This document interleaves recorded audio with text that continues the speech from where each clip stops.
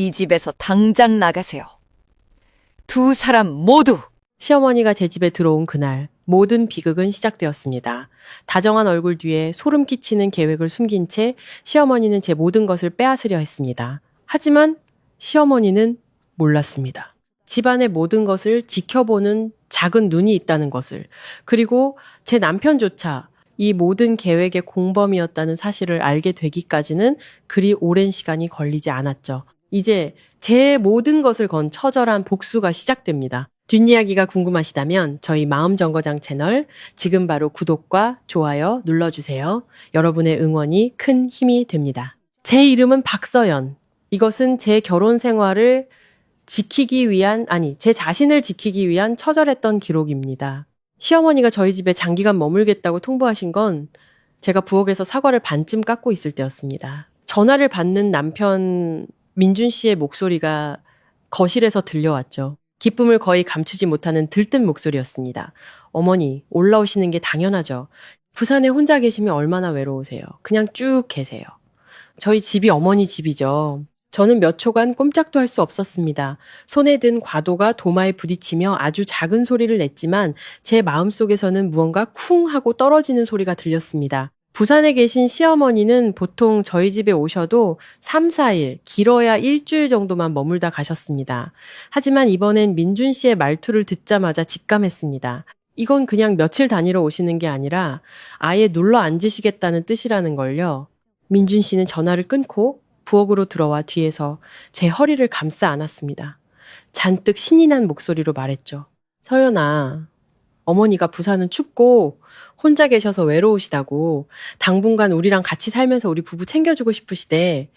괜찮지? 저는 돌아서서 남편을 바라봤습니다. 그의 눈은 반짝이고 있었습니다.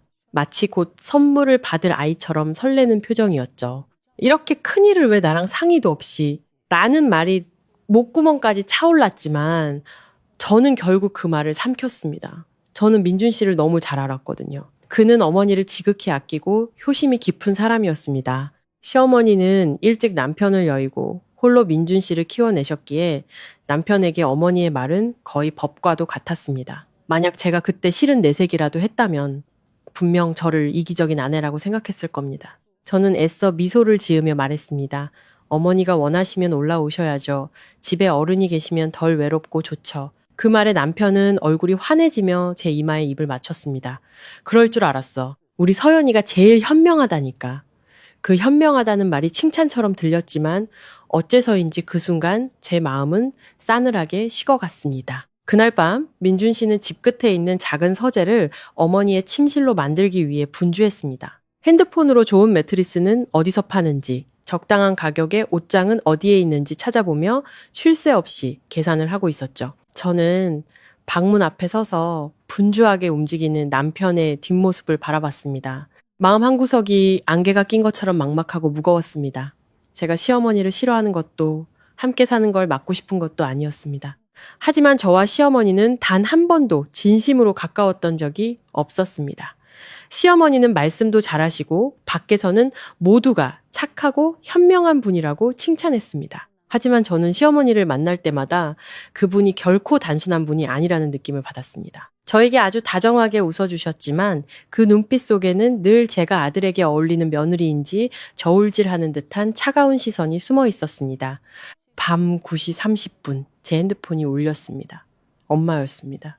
평소에 이렇게 늦게 전화하시는 일이 거의 없었죠. 전화를 받자마자 엄마의 진지한 목소리가 들려왔습니다. 서연아, 아직 안 자니? 네, 엄마. 무슨 일 있으세요? 엄마는 무언가 신중하게 고민하는 듯 몇 초간 침묵하시더니 입을 열었습니다. 네, 시어머니가 너희 집에 올라와서 같이 살기로 했다면서? 저는 소식이 참 빠르다고 생각하며 약간 놀랐습니다. 네, 오늘 막 그렇게 얘기됐어요. 수화기 너머로 다시 침묵이 흘렀습니다. 그 침묵에 제 심장이 저도 모르게 쿵 하고 내려앉았습니다. 딸, 엄마 말 잘 들어. 괜히 시댁 흉보거나 이간질을 하려는 거 아니야. 하지만 세상 일이라는 게 미리 조심해서 나쁠 건 없어. 시어머니가 며칠 다니러 오시는 거랑 아예 같이 사는 건 전혀 다른 문제야. 한 집에 사람이 하나 늘면 그만큼 수만 가지 일이 더 생기는 법이란다. 저는 애써 분위기를 가볍게 만들려고 웃으며 말했습니다. 엄마, 너무 걱정 마세요. 그냥 같이 사시는 건데요, 뭐. 엄마의 목소리가 즉시 무거워졌습니다. 어른의 직감을 무시하지 마라. 내가 그분을 몇 번 뵀지만 그분이 널 보는 눈빛이 영 마음에 걸렸어. 저는 아무 말도 하지 않았습니다. 엄마는 한 글자 한 글자 힘주어 말했습니다. 엄마 말 들어. 내일 당장 가서 아주 작은 CCTV 하나 사서 거실이나 공동생활 공간에 설치해. 아무한테도 말하지 말고. 저는 깜짝 놀랐습니다. CCTV요? 엄마, 그건 좀 이상하잖아요. 민준 씨나 어머님이 아시면 절 뭐라고 생각하시겠어요? 자기 자신을 지킬 줄 아는 사람이라고 생각하겠지. 엄마는 망설임 없이 대답했습니다. 남의 사적인 공간은 건드리면 안 되지만 우리 집 공동 공간은 네가 신경 쓸 권리가 있어. 그냥 방법용으로 설치했다고 생각해도 돼.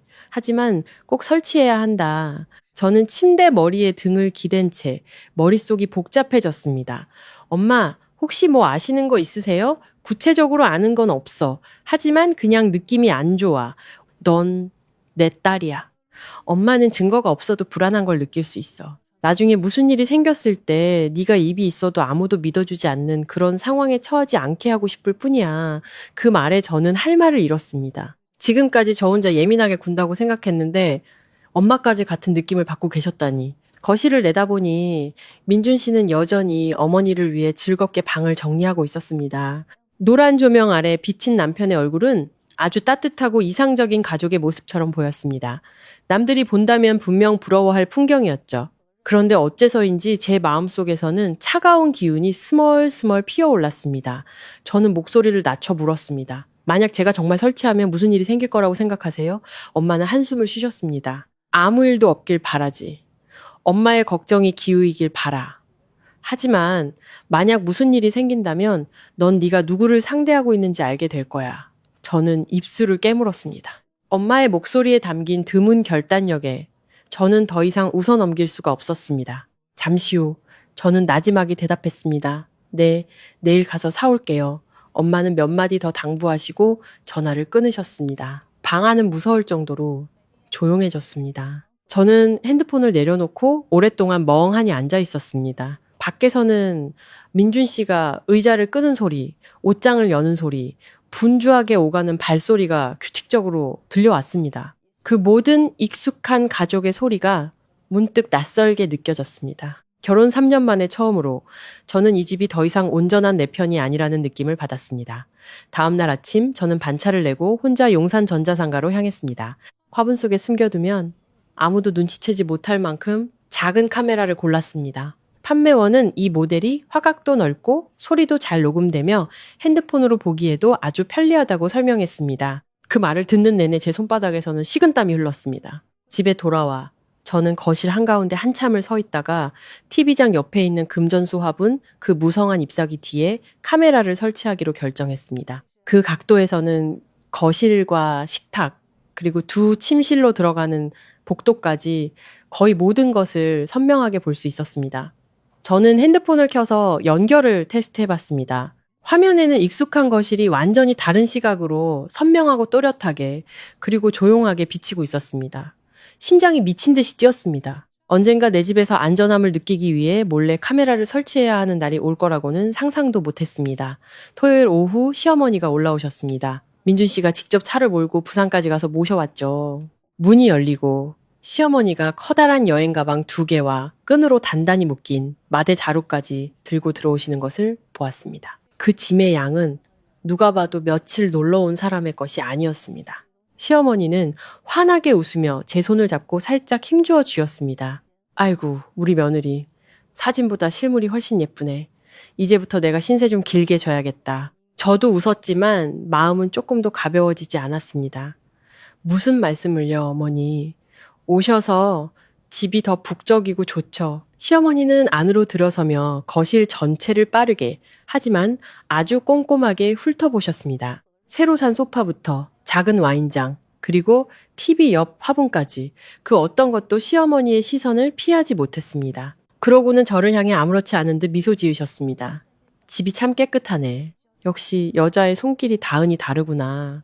저도 따라 웃었지만 어째서인지 그 환한 얼굴을 보며 제 머릿속에는 푸른 잎사귀들 사이에 조용히 숨어있는 작은 카메라의 모습만이 떠올랐습니다. 그리고 바로 그 순간 저는 문득 엄마의 말을 듣기로 한 것이 어쩌면 제 인생에서 가장 잘한 결정일지도 모른다는 예감이 들었습니다. 시어머니가 이사 오신 첫날 오후부터 저는 이 집 안에서 아주 미묘하지만 불편한 변화를 감지했습니다. 그것은 시끄럽거나 노골적인 처음부터 문제를 일으키는 그런 종류의 것이 아니었습니다. 마치 새로운 눈이 하나 더 생겨 집안 구석구석과 모든 물건 그리고 제 생활 습관 하나하나를 조용히 훑어보는 듯한 느낌이었습니다. 민준 씨가 여행 가방을 서재방으로 옮기는 동안 저는 부엌에서 물을 따랐습니다. 시어머니는 소파에 앉으셨지만 1분도 채 가만히 계시지 않았습니다. 물 한 모금을 마시자마자 일어나셔서 마치 집 구경을 하는 것처럼 거실을 한 바퀴 천천히 둘러보셨습니다. 하지만 그 눈빛은 평범한 호기심보다 훨씬 날카로웠습니다. 시어머니는 TV장 앞에 멈춰서서 옆에 있는 금전수 화분을 힐끗 보시더니 저를 향해 웃으며 말씀하셨습니다. 화초를 참 잘 키우는구나. 집에 푸른 게 있으니 보기 좋네. 저는 손에 든 물컵을 살짝 쥐었습니다. 네. 그냥 물만 줬을 뿐이에요. 시어머니는 다시 걸음을 옮겨 식탁을 보고 벽에 걸린 시계를 보고 베란다 문 근처에 걸린 저희 부부의 결혼 사진을 보셨습니다. 그 모습은 아들 집에 잠시 머물러 온 어른의 모습이라기보다는 이 집의 구조를 조용히 파악하고 기억하는 사람 같았습니다. 민준 씨가 방에서 나오면 환하게 웃었습니다. 어머니, 방 다 정리됐어요. 들어가서 좀 쉬세요. 시어머니는 바로 들어가지 않고 저를 돌아보셨습니다. 너희 방도 한번 구경해도 될까? 그냥 요즘 젊은 애들은 어떻게 꾸미고 사나 궁금해서 그래. 요즘 인테리어 감각이 좋잖니. 저는 순간 멈칫했습니다. 부부의 침실은 저에게 가장 사적인 공간이었습니다. 가족이라도 함부로 들어오는 것을 좋아하지 않았습니다. 하지만 시어머니는 너무나 부드럽고 다정한 목소리로 물어보셨기에 거절하면 제가 속 좁은 사람이 될 것만 같았습니다. 저는 어색하게 웃으며 말했습니다. 네, 저희 방이 좀 지저분해서요. 시어머니는 방으로 들어가시며 말씀하셨습니다. 가족끼리인데 좀 지저분하면 어떠니? 저는 시어머니의 뒤를 따라가며 마음이 무거워지는 것을 느꼈습니다. 시어머니는 침대, 커튼, 옷장을 훑어보시더니 제 화장대 앞에서 꽤 오랫동안 멈춰 서셨습니다. 에센스 병 하나를 들어 상표를 보시고는 눈을 가늘게 뜨고 읽더니 혀를 차셨습니다. 요즘 애들은 피부 관리를 참 꼼꼼하게 하는구나. 내가 내 나이 때는 비누 하나만 있어도 감지덕지했는데. 저는 옆에 서서 멋쩍게 웃었습니다. 네, 요즘은 일이 사람 만나는 일이라 조금 신경 쓰게 되네요. 시어머니는 고개를 끄덕이며 병을 내려놓으셨습니다. 하지만 저는 그 병이 원래 있던 자리에서 살짝 벗어난 것을 알아차렸습니다. 아주 사소한 디테일이었지만 이상하게도 그게 저를 불편하게 만들었습니다. 침실에서 나오신 후에야 시어머니는 당신의 방으로 들어가셨습니다. 민준 씨는 문에 기댄 채 마치 인생의 큰 숙제를 끝낸 것처럼 안도하는 표정이었습니다. 이제 어머니가 여기 계시니 마음이 놓인다. 너도 퇴근하고 오면 말동무가 생겨서 좋겠네? 저는 남편을 보며 정말 아무것도 이상한 점을 못 느끼냐고 묻고 싶었지만 결국 입을 다물었습니다. 그날 저녁 민준 씨는 어머니가 오신 것을 환영하는 의미로 외식을 하자고 제안했습니다. 하지만 시어머니는 곧바로 손사래를 치셨습니다. 밖에 나가서 돈 쓸 거 뭐 있니? 내가 부엌에서 뚝딱하면 금방 밥 먹는데 냉장고에 뭐 먹을 거 있지? 제가 하겠다고 말하기도 전에 시어머니는 이미 냉장고 문을 열고 계셨습니다. 그 동작이 어찌나 빠르고 자연스러운지 마치 이곳이 아들 며느리의 집이 아니라 처음부터 당신이 마음대로 쓸 수 있는 부엌인 것처럼 느껴졌습니다. 시어머니는 냉장고 칸칸을 뒤져 생선과 채소, 그리고 제가 며칠 전에 사둔 다진 고기통을 꺼내시며 민준 씨에게 물었습니다. 너 아직도 엄마가 해주는 된장찌개 제일 좋아하지? 남편은 웃으며 대답했습니다. 그럼요, 어머니 찌개가 최고죠. 저는 그들 곁에 서서 순간 제가 이방인이 된 것 같은 기분을 느꼈습니다. 제가 남편을 위해 요리하려 했던 메뉴, 제가 매일 사용하던 부엌, 지난 3년간 익숙해진 제 생활의 리듬이 전화 한 통으로 인해 주도권이 완전히 넘어가 버렸습니다. 저녁 식사는 누가 보아도 화목한 가정이라고 칭찬할 만큼 평화롭게 진행되었습니다. 시어머니는 계속해서 민준 씨에게 반찬을 집어주시며 애틋하게 말씀하셨습니다. 일하느라 고생해서 얼굴이 반쪽이 됐네. 더 먹어라. 그러고는 제게도 작은 생선 조각 하나를 놔주시며 다정하게 웃으셨습니다. 너도 많이 먹어라.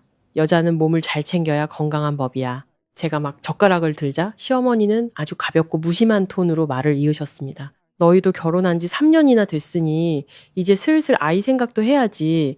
집에 아기 울음소리가 들려야 진짜 가정 아니겠니? 식탁 위 공기가 순간 정지했습니다. 민준 씨가 서둘러 어색하게 웃었습니다. 어머니 오시자마자 또 그 얘기세요. 시어머니는 한숨을 쉬셨습니다. 내가 걱대니까 하는 말이지. 남들은 몰라도 가족이 챙겨줘야지 나중에 시어머니가 무심했다고 원망 들을라. 저는 밥을 뜨며 고개를 숙였지만 목이 꽉 막히는 기분이었습니다.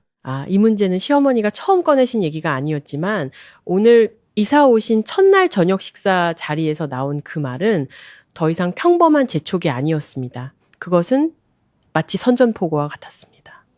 다고 이 집에 발을 들인 순간부터 시어머니가 가장 먼저 개입하고 싶었던 것이 무엇인지 명확하게 선을 긋는 말처럼 들렸습니다. 식사를 마치고 제가 그릇을 치우려고 일어나자 시어머니가 제 손을 막으셨습니다. 넌 그냥 앉아있어. 내가 할게. 민준 씨도 거들었습니다. 어머니가 하시게 둬. 부산에서도 늘 하시던 일인데 저는 천천히 자리에 앉아 부엌에서 분주하게 움직이는 모자의 뒷모습을 바라봤습니다. 그릇 부딪히는 소리, 두런두런 나누는 대화 소리, 그리고 오늘 하루 종일 우리 부부 사이에서는 들을 수 없었던 민준 씨의 웃음소리가 들려왔습니다. 저는 조용히 고개를 돌려 금전수 화분을 바라봤습니다. 아주 작은 카메라가 푸른 잎사귀 뒤에 숨어 이 모든 것을 조용히 기록하고 있었습니다. 그날 밤, 잠자리에 들기 전 화장대 서랍을 열어 수분 크림을 꺼내려는데 왼쪽에 뒀던 세럼병이 가장 안쪽 구석으로 옮겨져 있는 것을 발견했습니다. 제가 잘못 기억한 것일 수도 있고 아닐 수도 있었습니다. 저는 살짝 열려있는 침실 문을 바라보다가 천천히 핸드폰을 꺼내 들었습니다. 그리고 제 마음속에는 아주 분명한 생각이 떠올랐습니다. 내일부터 나는 카메라를 확인해야만 한다. 그날 밤 저는 민주 씨 옆에 누워 거의 눈을 붙이지 못했습니다. 남편은 저를 등지고 누워 평소처럼 고른 숨을 내쉬며 금방 잠이 들었습니다. 저는 눈을 뜬 채 천장을 바라봤습니다. 머릿속에서는 화장대 앞에 서 계시던 시어머니의 눈빛, 거실을 둘러보시던 눈빛, 그리고 첫 저녁 식사에서 아이 얘기를 꺼내시던 그 순간이 계속해서 맴돌았습니다. 모든 것이 아주 부드럽고 남들이 듣기에는 지극히 평범하게 보일 정도였습니다. 하지만 생각할수록 무언가 잘못되었다는 느낌을 지울 수 없었습니다. 다음 날은 일요일이었습니다. 민준 씨는 시어머님을 모시고 집 근처 마트에 가서 개인용품을 사고 동네 지리를 익히실 겸 아파트 단지를 몇 바퀴 돌았습니다. 저는 집에 혼자 남게 되자 문이 닫히는 소리가 들리자마자 바로 핸드폰을 꺼내 들었습니다. 카메라 앱을 여는 손이 살짝 떨렸습니다.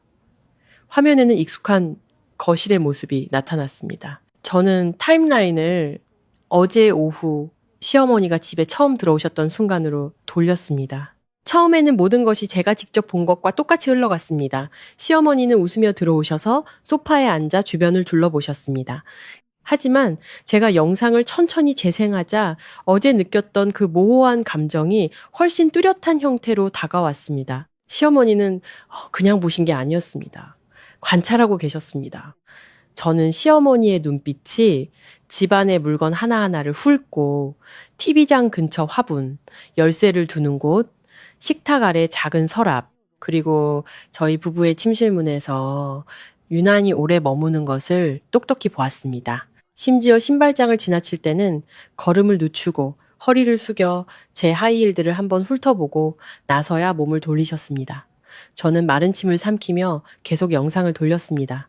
제가 시어머님을 침실로 안내하는 장면에서는 카메라가 방안을 찍지는 못했지만 시어머니가 나오시는 순간은 명확하게 기록했습니다. 방문을 나서자마자 시어머니는 복도에서 정확히 2초간 멈춰서서 무언가 생각하는 듯 고개를 갸웃하셨습니다. 그리고 민준 씨를 향해 아주 작게 무언가 말씀하셨습니다. 거리가 조금 멀어서 전체를 다 듣지는 못했지만 방이 밝아서 와 같은 단어 몇 개는 간신히 알아들을 수 있었습니다. 좋다는 걸까? 저는 영상을 계속 돌려 첫 저녁 식사 후 저와 민준 씨가 소파에서 TV를 보고 시어머니가 부엌에서 설거지를 하시던 때로 갔습니다. 잠시 후 시어머니는 손을 닦고 나오셨지만 바로 앉지 않으시고 제 등 뒤에 서서 TV 화면을 몇 초간 보셨습니다. 그러고는 고개를 돌려 민준 씨를 보며 웃으며 무언가 말씀하셨고 남편도 웃으며 대답했습니다. 그때 두 모자의 표정은 아주 편안하고 자연스러웠습니다. 하지만 제 눈길을 끈 것은 제가 물을 마시러 일어난 지 불과 몇 초 만에 시어머니가 즉시 제가 앉았던 자리에 앉으셔서 민준 씨와 꽤 오랫동안 이야기를 나누셨다는 점이었습니다. 어째서인지 화면을 통해 그 장면을 보니 제가 마치 프레임 밖으로 밀려난 듯한 기분이 들었습니다. 저는 시간을 더 늦은 시간으로 돌렸습니다. 제가 이미 방에 들어간 후 거실 등은 아직 켜져 있었습니다. 시어머니가 부엌에서 나와 거실 한가운데 혼자 서 계셨습니다. 바로 방으로 가지 않으시고 식탁 주위를 천천히 맴도시더니 금전수 화분 앞에 멈춰 서셨습니다. 심장이 덜컥 내려앉았습니다. 시어머니는 손을 들어 나뭇가지 하나를 살짝 걷어내셨습니다. 저는 거의 숨을 참은 채 화면에 눈을 고정했습니다. 다행히 시어머니는 ip사귀를 살짝 만져보고는 손을 거두셨고 입으로는 알아들을 수 없는 무언가를 중얼거리셨습니다. 그러고는 당신의 방으로 들어가셨습니다. 등줄기에 소름이 돋았습니다. 아주 작은 행동 하나만으로도 제 손에 땀이 벨 정도였습니다. 바로 그때 현관문에서 열쇠 소리가 들렸습니다. 저는 화들짝 놀라 핸드폰 화면을 바로 껐습니다. 시어머니와 민준 씨가 돌아온 것이었습니다. 제가 핸드폰을 책상 위에 엎어놓기가 무섭게 시어머니가 장바구니 몇 개를 들고 들어오시며 쾌활하게 말씀하셨습니다. 집에 혼자 있느라 심심했지. 민준이랑 마트 가서 뭐 좀 사왔다. 아, 마트에 보니까 좋은 오트밀이 있더라. 여자들한테 피부에도 좋고 아기 갖는데도 좋다니까 내일 내가 한번 끓여줄게. 저는 고개를 들어 시어머니를 보았습니다. 여전히 그 다정한 얼굴이었습니다. 네, 한번 볼게요, 어머니. 시어머니는 억지로 권하지 않고 고개를 끄덕이시더니 물건들을 들고 부엌으로 들어가셨습니다. 그날 점심, 저는 아무렇지 않은 척 행동하려고 애썼습니다.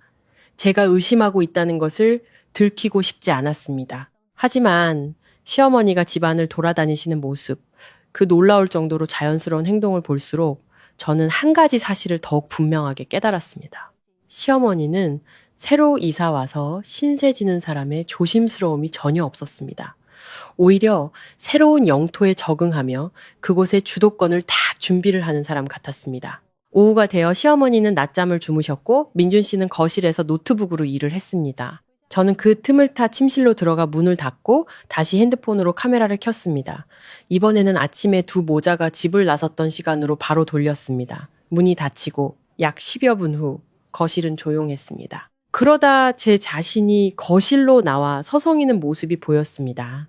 화분 앞에서 잠시 서 있다가 다시 방으로 들어갔죠. 카메라를 통해 본 제 모습은 낯설고 외로워 보였습니다. 언젠가 내 집에서 이렇게 몰래 영상을 확인해야 하는 날이 올 줄은 꿈에도 몰랐습니다. 영상을 끄려던 순간 문득 화장대 위에 세럼병이 생각났습니다. 저는 시간을 어젯밤 모두가 각자의 방으로 들어간 시간으로 되돌렸습니다. 11시가 조금 넘은 시각 제 침실 문이 열렸습니다. 제가 아니었습니다. 시어머니였습니다. 아주 조심스러운 발걸음으로 방 안을 몇 초간 들여다보셨습니다. 아마도 그때 저는 화장실에서 씻고 있어서 몰랐던 것 같습니다. 시어머니는 방 안으로 들어오셨고 1분도 채 되지 않아 다시 나와 문을 원래대로 닫아놓으셨습니다. 저는 그대로 얼어붙었습니다. 그 순간 저는 화장대 위 물건이 왜 옮겨져 있었는지 바로 깨달았습니다. 제가 잘못 기억한 것이 아니라 시어머니가 제 방에 들어오셨던 겁니다. 저는 침대 가장자리에 멍하니 앉아 있었습니다. 심장이 마구 뛰었고 머릿속에는 단 하나의 질문만이 맴돌았습니다. 어머니는 왜 내 방에 들어오셨을까? 그냥 보기만 하셨을까? 아니면 다른 무언가를 만지셨을까? 시어머니가 이사 오신 후 처음으로 저는 더 이상 제가 과민 반응하는 것이 아니라는 확신이 들었습니다. 저는 이 집에 무언가가 정상 궤도를 벗어나고 있다는 것을 분명히 알았습니다. 그리고 저 카메라는 단 하룻밤 만에 제가 열어서는 안 될 문 하나를 보여주었습니다. 시어머니가 몰래 제 침실에 들어오는 영상을 본 순간부터 제 마음속에는 날카로운 가시가 하나 박힌 것 같았습니다. 당장 피가 날 만큼 깊지는 않았지만 조금만 움직여도 은근한 통증이 느껴졌습니다. 가장 두려운 거는 시어머니가 들어왔다는 사실 자체가 아니라 언제 들어와서 언제 나갔으며 무엇을 만졌는지 만약 카메라가 없었다면 제가 영원히 몰랐을 거라는 점이었습니다.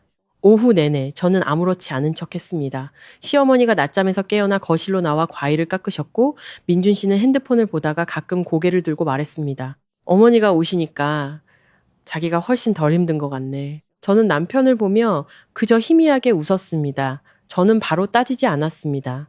만약 그때 제가 어머니, 왜 제 방에 들어오셨어요? 라고 물었다면 남편은 분명 제가 까다롭게 군다고 생각했을 겁니다. 그러고는 어른이 그냥 휴지가 필요해서 혹은 커튼 좀 보려고 들어오셨을 거라며 온갖 무해한 이유를 대며 어머니를 변호했겠죠. 어떤 일들은 충분한 증거가 없으면 물어볼수록 나만 이상한 사람이 될 뿐입니다. 저녁에는 화장대를 더 유심히 살폈습니다. 모든 물건의 위치를 기억해두고 샤워를 했습니다. 나왔을 때 모든 것은 그대로였습니다. 하지만 바로 그 평온함이 저를 더욱 정신 차리게 만들었습니다. 한 번 몰래 들어온 사람은 두 번째도 들어올 수 있으니까요. 다음 날은 월요일이었습니다. 민준 씨는 일찍 출근했고 시어머니도 아주 일찍 일어나셔서 남편이 가져갈 도시락까지 준비하셨습니다. 저는 식탁에 앉아 분주하게 움직이시는 시어머니를 보며 한 가지 사실을 부인할 수 없었습니다. 겉으로만 본다면 누구나 제가 이렇게 세심한 시어머니를 둔 것을 복이라고 생각할 것이 분명했습니다. 민준 씨가 집을 나서자 집안은 갑자기 조용해졌습니다. 시어머니는 그릇을 치우고 저를 보셨습니다. 오늘은 출근 안 하니? 저는 미리 하루 휴가를 내두었습니다. 관찰하기 위해서였죠. 네. 오늘은 재택근무예요. 시어머니는 고개를 끄덕이셨습니다. 집에서 일하는 것도 좋지. 여자들이 덜 힘들고 여자들이 너무 일에만 매달리면 정신없이 살다가 집에 와서는 남편 챙기고 애 챙길 기운도 없어져. 그 말을 듣는 순간 등골이 오싹했습니다. 무심코 던진 말 같았지만 그것은 시어머니가 겨냥하고 싶은 목표를 정확히 찌르는 첫 번째 바늘과도 같았습니다. 저는 부드럽게 대답했습니다. 일이 익숙해져서 괜찮아요, 어머니. 시어머니는 웃으셨습니다. 익숙한 건 익숙한 거고 여자의 가치는 결국 이 집 안에서 결정되는 거란다. 그 말을 마치고 시어머니는 빨래 바구니를 들고 베란다로 나가셨습니다. 저는 가만히 앉아 물컵을 만졌습니다. 머릿속에는 단 하나의 생각만이 맴돌았습니다. 이건 결코 우연이 아니야. 한마디 한마디가 전부 내 삶의 영역을 시험하고 침범하려는 의도가 담겨 있어. 거의 10시쯤 시어머니는 장바구니를 들고 제게 말씀하셨습니다. 아파트 상가에 있는 시장 가서 신선한 채소랑 생선 좀 사와야겠다. 저는 문 뒤에서 시어머니가 복도 끝으로 사라지는 것을 보고 나서야 침실로 돌아와 문을 잠그고 카메라를 켰습니다. 아침부터 지금까지의 영상을 돌려보았습니다. 처음에는 모든 것이 평범했습니다. 시어머니는 요리하고 청소하고 화초에 물을 주고 이불을 개셨습니다. 하지만 민준 씨가 출근한 직후 시어머니는 현관문에 서서 엘리베이터 문이 닫힐 때까지 남편을 배웅하고 나서야 안으로 들어오셨습니다. 그때 시어머니의 표정은 평소의 다정한 모습과는 완전히 달랐습니다. 미소도 부드러움도 없이 오직 차가운 계산만이 담겨 있었습니다. 저는 영상을 계속 돌렸습니다. 빨래를 넣은 후 시어머니는 제 침실 문 앞을 지나가다 정확히 2초간 멈춰서서 문을 밀어보셨습니다. 다행히 그때 제가 방 안에 있었기 때문에 문은 살짝만 열리다 말았습니다. 시어머니는 들어오진 않으셨지만 밖에서 잠시 안을 들여다보고 나서야 몸을 돌리셨습니다. 저는 침대 가장자리에 앉아 있었습니다. 심장이 쿵쾅거렸습니다. 어젯밤뿐만이 아니었습니다. 시어머니는 항상 이 방을 주시하고 계셨습니다. 바로 그때 핸드폰이 울렸습니다. 엄마였습니다. 어떻게 지내니? 엄마의 목소리를 듣는 것만으로도 눈시울이 붉어졌습니다. 저는 침실에 딸린 작은 베란다로 나가 목소리를 낮췄습니다. 엄마, 말이 맞았어. 그분이 내 방에 몰래 들어와. 엄마는 잠시 침묵하셨습니다. 확실하니? 카메라에 다 찍혔어. 한 번이 아니야. 그리고 계속 집안을 살피는 게 꼭 무언가를 조사하는 것 같아. 나 무서워지기 시작했어. 엄마의 목소리가 단호해졌습니다. 내가 말했지. 엄마 말티요. 이제부터 네 중요한 물건은 전부 다 잘 숨겨둬. 서류, 통장, 예물, 약, 개인용품. 민감한 건 전부 다 잠가놓고 네가 알고 있다는 걸 절대 티내지 마. 저는 이 말을 유리창에 기댔습니다. 아직도 그분이 뭘 원하는지 모르겠어. 엄마는 천천히 대답하셨습니다. 어떤 사람들은 당장 돈을 원하지 않아. 그들은 먼저 통제권을 원해. 내 생활 패턴을 파악하고 네가 뭘 어디에 두는지 약점이 뭔지 알게 된 후에야 움직이기 시작한단다. 엄마의 한마디 한마디가 제 마음을 더욱 차갑게 만들었습니다. 저는 전화를 끊고 방으로 돌아와 바로 서류와 통장, 혼인신고서, 아파트 계약서, 결혼 예물 몇 가지를 보관해둔 작은 서랍을 열었습니다. 저는 그것들을 모두 꺼내 비밀번호 잠금 장치가 있는 작은 캐리어에 넣고 옷장 가장 깊숙한 곳으로 밀어 넣었습니다. 그러고도 마음이 놓이지 않아 비싼 화장품과 엄마가 보내주신 영양제 상자도 다른 칸에 따로 보관했습니다. 태어나서 처음으로 저는 시어머니를 낯선 사람처럼 경계해야만 했습니다. 그날 오후 시어머니는 시장에서 돌아오셨습니다. 커다란 봉지 안에는 오트밀, 대추, 연자육, 그리고 고무줄로 묶인 한약재 몇 봉지가 들어 있었습니다. 시어머니는 그것들을 식탁에 놓으며 아주 다정하게 웃으셨습니다. 아는 한의원에 부탁해서 몸을 따뜻하게 해주는 약을 좀 지어왔다. 여자들한테 아주 좋대. 내일 닭고기 넣고 푹 고아줄게. 저는 그 거무스름한 한약 봉지들을 빤히 쳐다봤습니다. 목이 꽉 막혔습니다. 시어머니는 여전히 부드러운 목소리로 마치 노래하듯 말씀하셨습니다. 여자일이라는 게 미리미리 챙겨야 하는 거야. 너무 늦어서 후회하지 말고. 저는 문득 깨달았습니다. 어쩌면 이 이야기의 진짜 무서운 부분은 지금부터 시작일지도 모른다고. 시어머니가 한약재 몇 봉지를 사오셔서 닭을 고아주겠다고 하신 날부터 제 마음은 차가운 먼지로 뒤덮인 것 같았습니다. 저는 이제 시어머니의 행동이 더 이상 집안을 엿보거나 물건을 정리하는 수준에 머물지 않을 것임을 분명히 알았습니다. 시어머니는 제 가장 사적인 삶에 직접 개입하기 시작했습니다. 이 집에 발을 들인 첫날부터 시어머니가 줄곧 겨냥해왔던 그것. 바로 임신 문제였습니다. 그날 저녁 민준 씨가 퇴근하자 시어머니는 밥을 푸면서 아주 자연스러운 말투로 이야기했습니다. 오늘 시장 아래 약재상에 들렀는데 요즘 젊은 여자들이 생리가 불규칙하고 임신이 잘 안 되는 게 다 기혈이 약해서 그렇다더라. 내가 아주 좋은 약을 받아왔어. 한 번만 먹어도 몸이 달라질 거야. 민준 씨가 고개를 들었습니다. 정말요, 어머니, 시어머니는 고개를 끄덕이고 저를 돌아보셨습니다. 내일 내가 푹 고아줄게. 다 몸에 좋은 것들이니 걱정할 거 없어. 저는 조용히 젓가락을 내려놓았습니다. 어머니, 제가 몸이 안 좋다고 말씀드린 적 없는데요.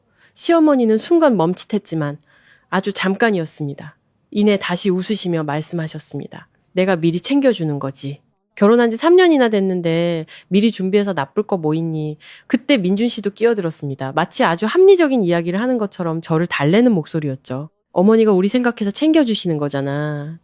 그냥 보약이라 생각하고 한번 먹어봐.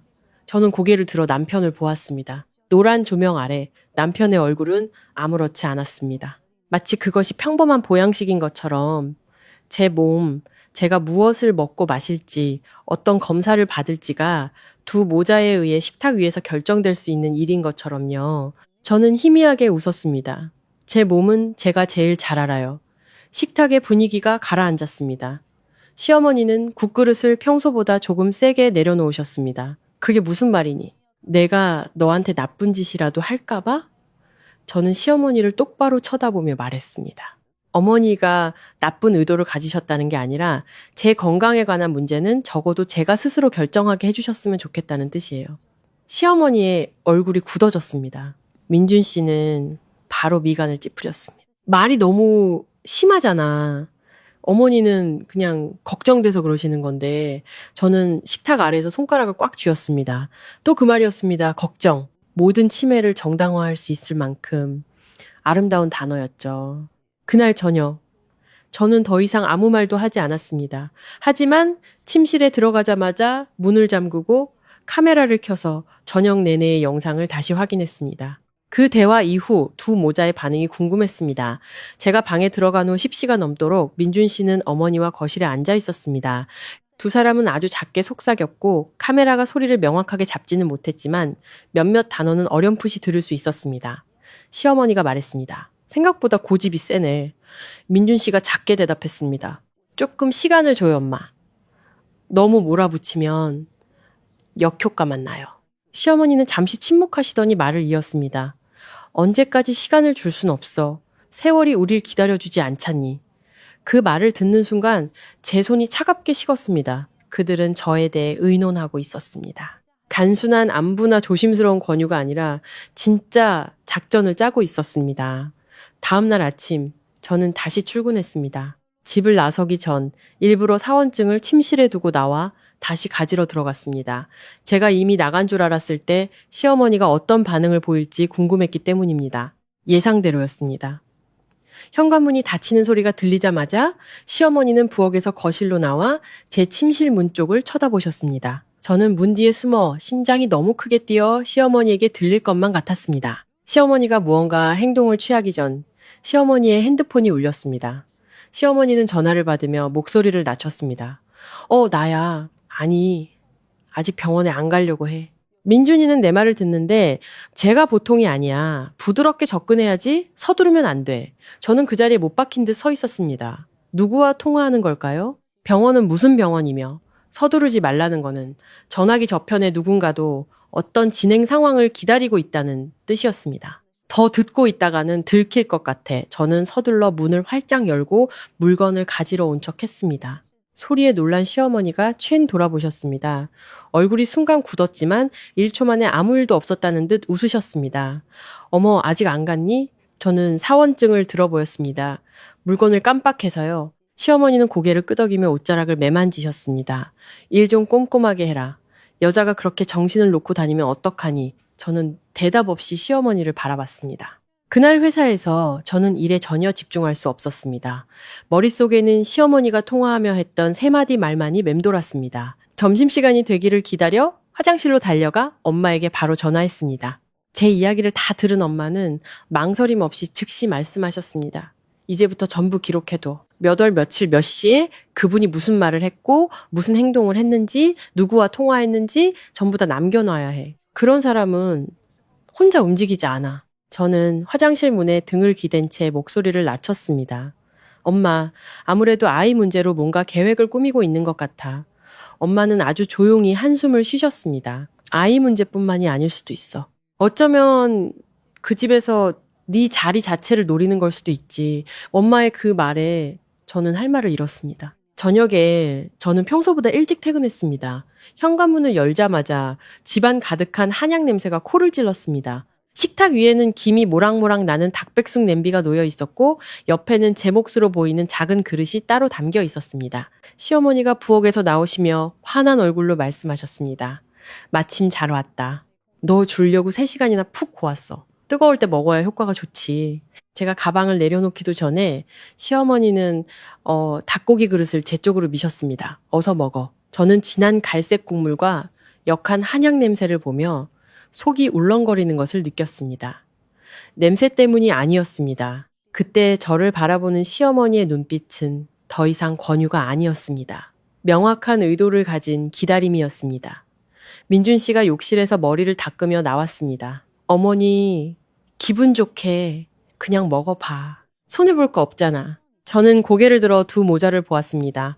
한 사람은 오른쪽에, 다른 한 사람은 왼쪽에 서서 한 명은 부드럽게 달래고 다른 한 명은 다정하게 웃고 있었습니다. 하지만 그 순간 저는 마치 그들 사이에 갇힌 기분이었습니다. 저는 의자를 끌어당겨 앉았지만 숟가락을 들지는 않았습니다. 어머니, 이 안에 뭐가 들어갔는지 알려주실 수 있나요? 시어머니의 미간이 살짝 찌푸려졌습니다. 몸에 좋은 약재들이지. 뭘 그렇게 꼬치꼬치 캐물어. 내가 너한테 해로운 걸 넣기라도 했겠니? 저는 시어머니를 똑바로 쳐다보았습니다. 해롭고 안 해롭고를 떠나서 제 몸에 들어가는 건데 제가 알 권리는 있다고 생각해요. 그 말이 끝나자마자 시어머니의 얼굴이 차갑게 굳었습니다. 그리고 저는 깨달았습니다. 오늘 저녁 식탁을 기점으로 저와 시어머니 사이의 조용한 전쟁은 더 이상 감정의 문제가 아니게 될 것이라고. 이제 진짜 시작이라지. 제 질문에 식탁은 얼음장처럼 차가워졌습니다. 끓어오르는 한약 냄새가 노란 조명 아래 맴돌며 무거운 분위기를 더욱 숨막히게 만들었습니다. 시어머니는 저를 뚫어지게 쳐다보셨습니다. 입가의 미소는 사라지지 않았지만 눈에 띄게 굳어 있었습니다. 옆에 서 있던 민준 씨는 어깨에 수건을 걸친 채 놀라움에서 점차 불쾌함으로 표정이 변해갔습니다. 시어머니는 천천히 의자를 끌어 제 맞은편에 앉으셨습니다. 내 말은 지금 나를 못 믿겠다는 거구나. 저는 최대한 평정심을 유지하며 말했습니다. 못 믿는다는 게 아니라 어떤 약재가 들어갔는지 정확히 알고 싶다는 뜻이에요. 저는 저렴채 모를 음식은 먹지 않아요. 시어머니는 코웃음을 치셨습니다. 시골에서 대대로 내려오는 보약이야. 전부 몸에 좋은 것들 뿐이지. 대추, 구기자, 천궁, 당귀, 숙지황. 내가 정성 들여 고아줬더니 꼭 독이라도 탄 것처럼 구는구나. 민준 씨가 즉시 끼어들었습니다. 당신 너무 예민하게 구는 거 아니야? 그냥 닭백숙 한 그릇인데 뭘 그렇게까지 일을 크게 만들어. 저는 남편을 돌아보았습니다. 당신한테는 그냥 닭백숙 한 그릇이겠지만 내 몸에 들어가는 음식이에요. 남편은 얼굴을 찌푸렸습니다. 그런 식으로 말하지 마. 어머니 상처받으셔. 저는 아주 희미하게 웃었습니다. 목구멍으로 씁쓸한 감정이 차올랐습니다. 상처.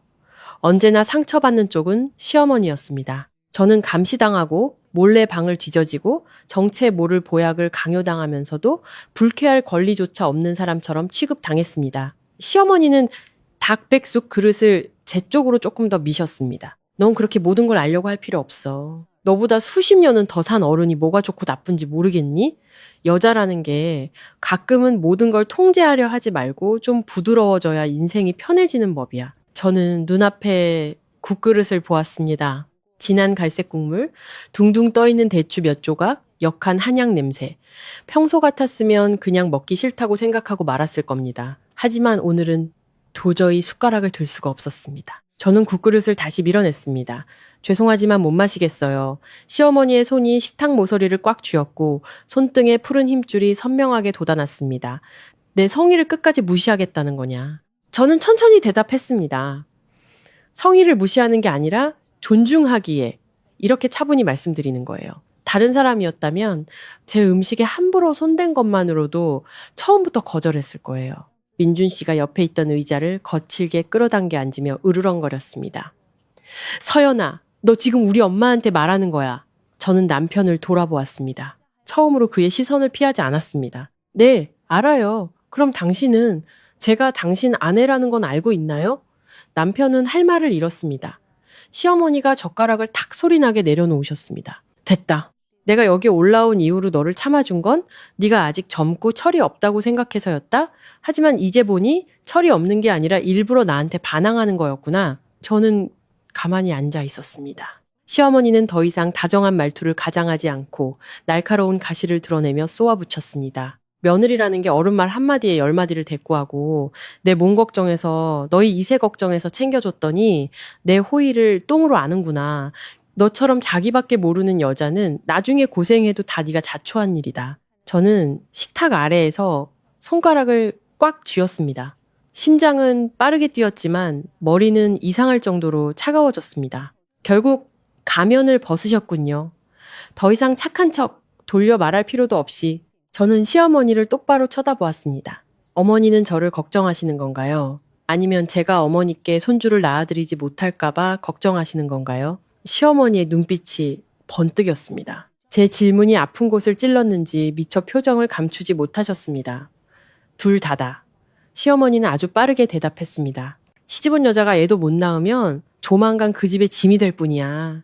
공기가 얼어붙었습니다. 민준 씨가 어머니를 돌아보며 목소리를 낮췄습니다. 엄마, 말씀이 너무 심하세요. 하지만 그 변호는 너무나 힘이 없어서 거의 의미가 없었습니다. 저는 남편을 보았습니다. 처음으로 그가 온전히 어느 한쪽 편도 아니라는 것을 깨달았습니다. 그는 단지 집안이 시끄러워지는 것을 막으려는 것뿐 저를 보호하려는 의지는 전혀 없었습니다. 저는 자리에서 일어났습니다. 오늘 어머니께서 이렇게 솔직하게 말씀하셨으니 저도 한 말씀 드리겠습니다. 아이를 낳는 문제는 저희 부부의 일입니다. 그 누구도 저를 위한다는 이유로 제 몸에 대한 결정을 대신할 권리는 없습니다. 시어머니도 벌떡 일어나셨습니다. 내 몸, 시어머니는 차갑게 비웃으셨습니다. 결혼 3년 동안 애 하나 못 낳는 몸뚱이면 적어도 안절부절 못할 줄은 알아야지 어디서 큰 소리야. 귓가로 피가 쏠리는 소리가 들렸습니다. 의심만 할 때는 그저 상대방이 무심코 한 말일지도 모른다고 생각할 수 있습니다. 하지만 그 말이 가면을 벗고 날 것 그대로 드러났을 때 더 이상 스스로를 속일 수는 없었습니다. 저는 민준 씨를 돌아보았습니다. 당신 똑똑히 들었죠? 그는 제 시선을 피하며 손에 쥔 수건을 꽉 쥐었습니다. 엄마가 화가 나셔서 심한 말을 하신 거야. 신경 쓰지 마. 저는 실소를 터뜨렸습니다. 아니요. 어머님은 심한 말을 하신 게 아니에요. 어머님은 지금 당신이 생각하는 걸 그대로 말씀하신 거예요. 그 말을 끝으로 저는 뒤돌아 침실로 향했습니다. 문을 닫기 전 밖에서 시어머니의 원망 섞인 목소리가 들려왔습니다. 너도 봤지? 제가 나한테 저렇게 막 대하는 거. 저런 애를 집에 오래 두면 나중에는 더 큰 난리를 피울 거다. 저는 문을 닫고 잠갔습니다. 온몸이 떨렸습니다. 두려워서가 아니었습니다. 서러움, 모욕감, 그리고 짓밟힌 자존심 때문이었습니다. 저는 침대 가장자리에 주저앉아 바로 핸드폰을 켜서 카메라 앱을 열었습니다. 젓가락이 식탁에 부딪히는 소리, 저에게 닭백숙을 강요하던 두 모자의 눈빛까지 모든 것이 고스란히 녹화되어 있었습니다. 화면 속 영상을 보며 제 마음은 점점 차갑게 식어갔습니다. 좋습니다. 그들이 더 이상 연기하고 싶지 않다면 저 역시 더 이상 스스로를 위로할 필요는 없겠죠. 그날 밤, 저는 엄마에게 짧은 메시지를 보냈습니다. 엄마, 말이 맞았어. 그분이 본색을 드러내기 시작했어. 메시지를 보내고 굳게 닫힌 침실 문을 바라보았습니다. 오늘 밤을 기점으로 제게 더 이상 물러설 곳은 없다는 것을 직감했습니다. 저녁 식사 자리에서 예의라는 가면이 산산조각 난 후 저희 집은 완전히 다른 상태가 되었습니다. 같은 소파, 같은 식탁, 매일 아침 부엌에서 들려오는 물소리는 그대로였지만 모든 것의 색깔이 변했습니다. 아무도 더 이상 억지로 화목한 척하지 않았습니다. 시어머니는 저에게 다정하게 말을 거는 것을 그만두셨고 민준 씨도 제 얼굴을 똑바로 쳐다보는 횟수가 줄었습니다. 그리고 저는 더 이상 잠을 설치지 않았습니다. 두려움이 실체를 드러내자 오히려 혼란은 줄어들었습니다. 저는 제가 무엇을 상대하고 있는지 알았습니다. 그리고 지금 제가 해야 할 일은 슬퍼하는 것이 아니라 똑똑히 지켜보는 것이었습니다. 다음 날 아침, 민준 씨는 일찍 출근했습니다. 시어머니도 평소처럼 일어나 아침을 준비하고 청소하며 익숙하고 능숙한 동작으로 집안을 오갔습니다. 하지만 저와는 더 이상 말을 섞지 않으셨습니다. 말을 걸어도 밥솥에 밥 있다. 빨래는 베란다에 널었다 와 같은 이전보다 훨씬 차갑고 짧은 대답뿐이었습니다. 저도 굳이 대화를 시도하지 않았습니다. 그저 조용히 관찰할 뿐이었습니다. 아침 9시쯤 시어머니는 장바구니를 들고 밖으로 나가셨습니다. 저는 문이 닫히는 소리를 듣고 약 2분 정도 기다렸다가 바로 핸드폰을 켜서 카메라를 확인했습니다. 방금 일어난 일을 보는 대신 이번에는 시어머니가 처음 오셨던 며칠 전으로 영상을 되돌렸습니다. 아침, 점심, 저녁, 정해진 시간대별로 영상을 꼼꼼히 살폈습니다. 그리고 곧 한 가지 사실을 발견했습니다.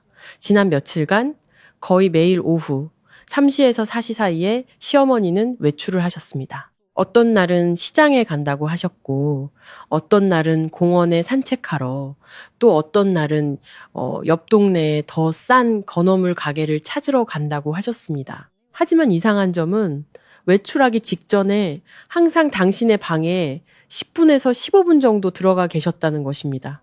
나올 때는 옷차림은 거의 그대로였지만 손에는 처음 오셨을 때 가져오셨던 커다란 갈색 천가방을 들고 계셨습니다.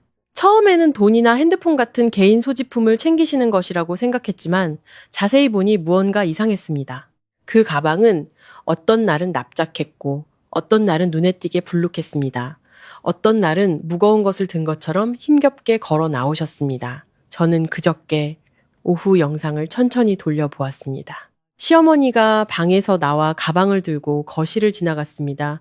식탁 옆을 지날 때 잠시 멈춰서서 가방에서 핸드폰을 꺼내 통화를 하셨습니다. 카메라의 녹음 성능이 아주 좋지는 않았지만 이번에는 거리가 가까워서 몇 마디를 알아들을 수 있었습니다.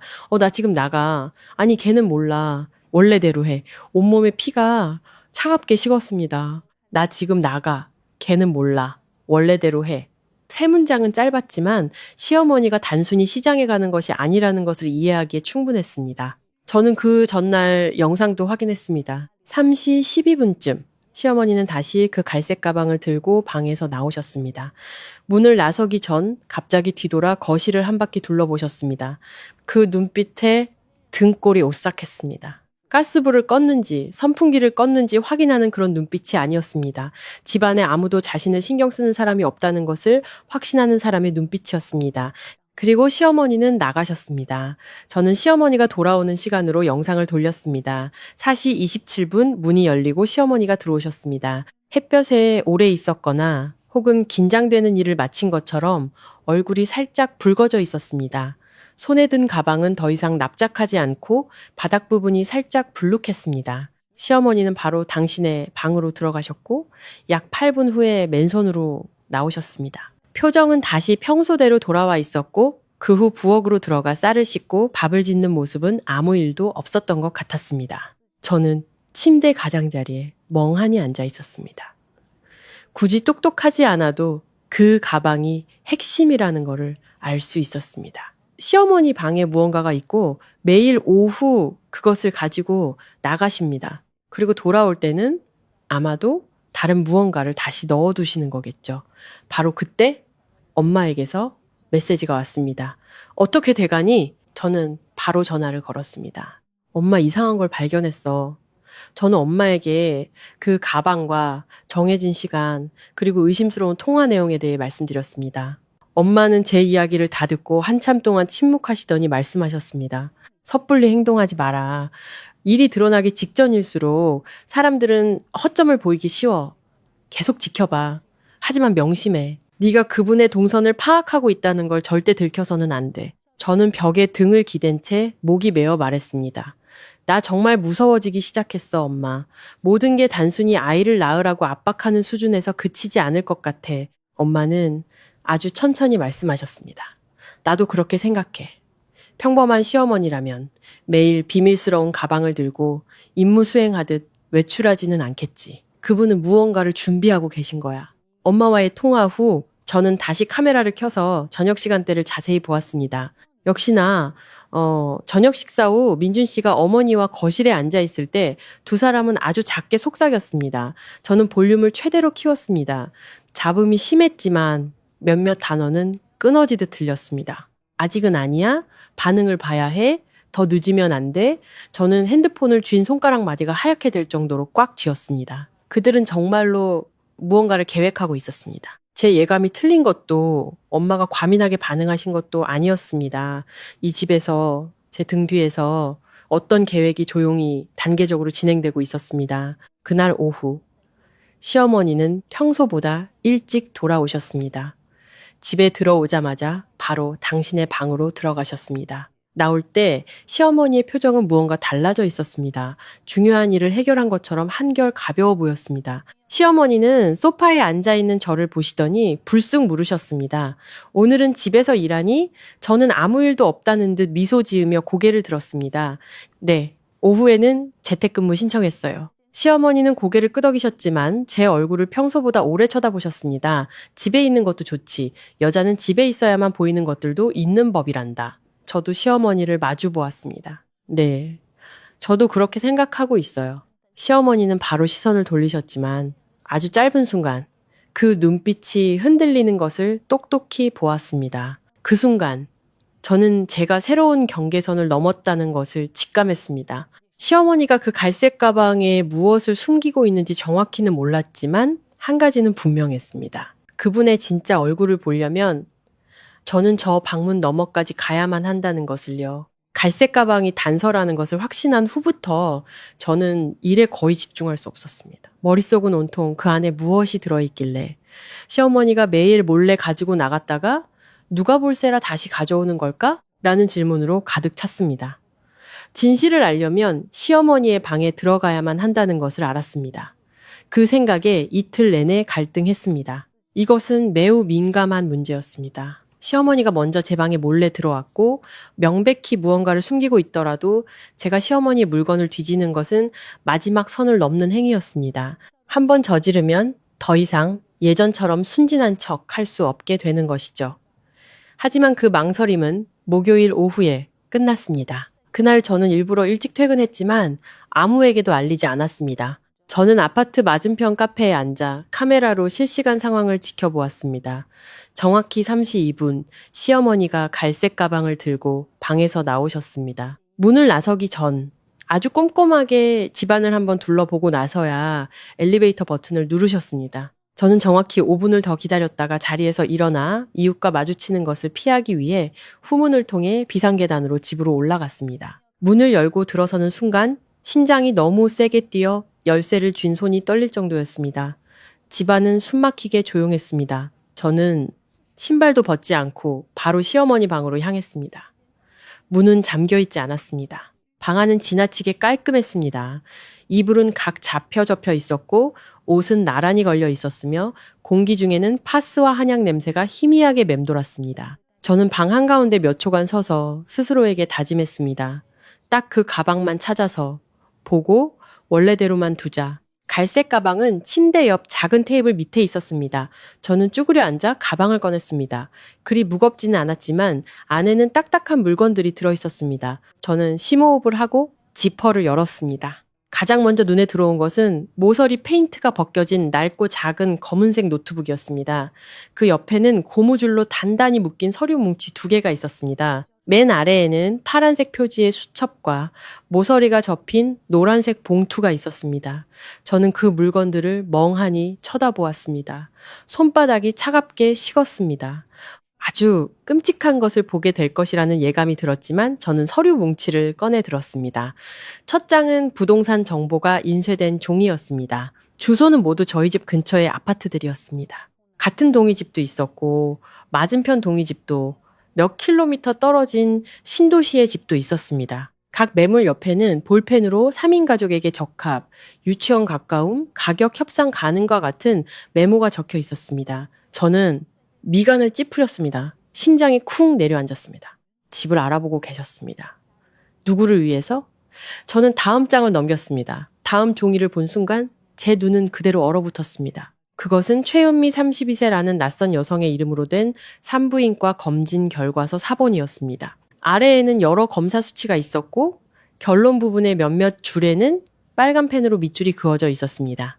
의학 용어는 다 이해할 수 없었지만 등골을 오싹하게 만드는 몇 단어는 읽을 수 있었습니다. 자궁 정상, 난소 기능 양호, 유전질환 이력 없음. 저는 그대로 멈췄습니다. 낯선 여자, 임신 관련 검진 결과서, 왜 이것이 시어머니의 가방에 들어있는 걸까요? 저는 계속해서 넘겼습니다. 검진 결과서 아래에는 메신저 대화 내용이 인쇄된 종이 몇 장이 있었습니다. 발신자의 이름은 닉네임으로 가려져 있었지만 내용은 머리가 띵할 정도로 명확했습니다. 걱정 마세요. 저희는 철저히 비밀리에 연결해 드립니다. 아무도 모를 거예요. 남자 측 조건이 좋으니 건강한 아이만 낳아주면 됩니다. 비용은 총 1억 원으로 하고 3회 분할 지급입니다. 아내분이 모르면 더 수월하죠. 저는 그대로 얼어붙었습니다. 온몸에 피가 솟는 것 같았습니다. 저는 손을 떨며 다음 장을 넘겼습니다. 종이가 바스락거리는 소리가 유난히 크게 들렸습니다. 직접 만나서 조건을 최종 확정해야 합니다. 남성분 외모도 괜찮고 직업도 좋고 가족들도 동의했습니다. 중요한 건 빨리 진행해야 한다는 겁니다. 어머니께서 아주 서두르세요. 어머니께서. 제 귀가 멍멍해졌습니다. 더 이상의 설명은 필요 없었습니다. 오해일 것이라고 스스로를 위로할 여지도 없었습니다. 시어머니는 대리모를 찾고 있었고 그 메시지 속의 남자는 굳이 이름을 확인하지 않아도 누구인지 알 수 있었습니다. 저는 떨리는 손으로 마지막 서류 뭉치를 넘겼습니다. 그것은 타이핑된 초안이었습니다. 제목은 가족의 희망에 따른 출산 지원 협약서라고 선명하게 적혀 있었습니다. 아래 이름은 아직 비어 있었지만 한 줄의 문장이 제 눈앞을 캄캄하게 만들었습니다. 사유, 현 아내의 생식 건강 문제로 자연 임신 가능성이 희박함. 현 아내, 바로 저였습니다. 저는 민준 씨와 함께 임신 관련 정밀 검사를 받은 적이 단 한 번도 없었습니다. 그런 진단을 받은 적도 없었습니다. 그런데 그들은 멋대로 저를 불임으로 단정하고 제 등 뒤에서 다른 계획까지 준비하고 있었습니다. 저는 바닥에 주저앉았습니다. 손에는 여전히 서류를 쥔 채 머릿속은 텅 비어버렸습니다. 창밖은 여전히 햇살이 밝았고 방은 여전히 깔끔했으며 파스 냄새도 여전히 희미하게 났습니다. 모든 것이 잔인할 정도로 평범했지만 저만은 더 이상 평범할 수 없었습니다. 얼마나 그렇게 앉아 있었는지 모르겠습니다. 핸드폰 카메라에서 현관문 움직임이 감지되었다는 알림이 울리고 나서야 저는 정신을 차렸습니다. 시어머니가 돌아오신 것이었습니다. 저는 허둥지둥 모든 서류를 원래대로 집어넣고 고무줄로 묶었습니다. 노트북을 내려놓고 지퍼를 잠그고 가방을 테이블 밑 원래 자리에 밀어 넣었습니다. 그리고 방에서 뛰쳐나와 제 침실로 달려가 문을 닫았습니다. 심장이 터질 것처럼 쿵쾅거렸습니다. 1분도 채 되지 않아 현관문이 열리는 소리, 시어머니의 슬리퍼 소리, 부엌 식탁에 비닐봉지를 내려놓는 소리, 그리고 제 방문 앞을 지나가는 소리가 들렸습니다. 저는 침대 가장자리에 죽은 듯이 앉아 한 손으로는 입을 막고 다른 손으로는 핸드폰을 꽉 쥐었습니다. 그제야 저는 엄마가 왜 저에게 카메라를 설치하라고 하셨는지 깨달았습니다. 어떤 사람들은 진실을 직접 눈으로 확인하기 전까지는 그들이 그렇게까지 악독할 수 있다는 것을 결코 믿지 못하기 때문입니다. 시어머니는 단순히 제 삶에 끼어들고 싶었던 게 아니었습니다. 저를 대체하고 이 결혼에서 저를 지워버리고 싶었던 겁니다. 그리고 가장 무서운 거는 그 모든 서류 더미 속에서 민준 씨가 강요당했다는 흔적을 전혀 찾아볼 수 없었다는 것입니다. 오히려 저는 그가 처음부터 이 계획에 함께 했을지도 모른다는 두려움에 휩싸이기 시작했습니다. 그날 오후 저는 방에서 한 발짝도 나가지 않았습니다. 침대 가장자리에 가만히 앉아 밖에서 들려오는 시어머니의 발소리, 냄비 부딪히는 소리, 싱크대에서 물 흐르는 소리를 들으며 마치 낯선 집에 앉아있는 듯한 기분을 느꼈습니다. 불과 며칠 전만 해도 저는 시어머니가 약을 강요하고 임신을 압박하며 저를 굴복시키려는 것이 가장 무서운 일이라고 생각했습니다. 하지만 이제야 깨달았습니다. 그것은 가장 바깥 껍질에 불과했습니다. 시어머니가 정말로 원했던 것은 손주가 아니었습니다. 당신이 통제하는 집에서, 당신이 통제하는 방식으로 태어난 손주, 그리고 그 과정에서 밖으로 밀려날 사람은 바로 저였던 것입니다. 눈물이 날 것 같았지만 눈물은 나지 않았습니다. 제 안에서 차오른 것은 눈물이 아니라 칼날처럼 날카롭고 메마른 냉정이었습니다. 저는 핸드폰을 열어 아까 급하게 찍어둔 서류 사진들을 다시 보았습니다. 너무 서둘러서 중요한 몇 장만 겨우 찍을 수 있었습니다. 사진은 살짝 기울고 흔들렸지만 몇몇 문장은 선명하게 읽을 수 있었습니다. 비용 1억 원, 아내가 모르면 더 수월함, 현 아내의 생식 건강 문제. 이 세 문장만으로도 제 안에 남아있던 마지막 순진함을 질식시키기에 충분했습니다. 저녁 7시가 다 되어 민준 씨가 돌아왔습니다. 문을 열고 부엌을 향해 외치는 소리가 들렸습니다. 엄마, 오늘 무슨 맛있는 냄새가 나네요. 시어머니는 아주 밝게 웃으며 가볍게 대답하셨습니다. 너랑 서연이 주려고 죽 끓였어. 걔가 요즘 안색이 너무 안 좋아서 저는 소리 없이 웃었습니다. 제 안색이 안 좋은 게 누구 때문일까요? 하늘 말고는 아무도 모를 겁니다. 잠시 후 남편이 침실 문을 두드렸습니다. 서연아, 나와서 밥 먹어. 저는 문을 바라보다가 몇 초 후에 대답했습니다. 금방 나갈게요. 밖으로 나갈 때 저는 최대한 평범한 표정을 준비했습니다. 이 순간부터 제가 하는 말 한마디, 눈빛 하나하나가 지극히 조심스러워야 한다는 것을 알았습니다.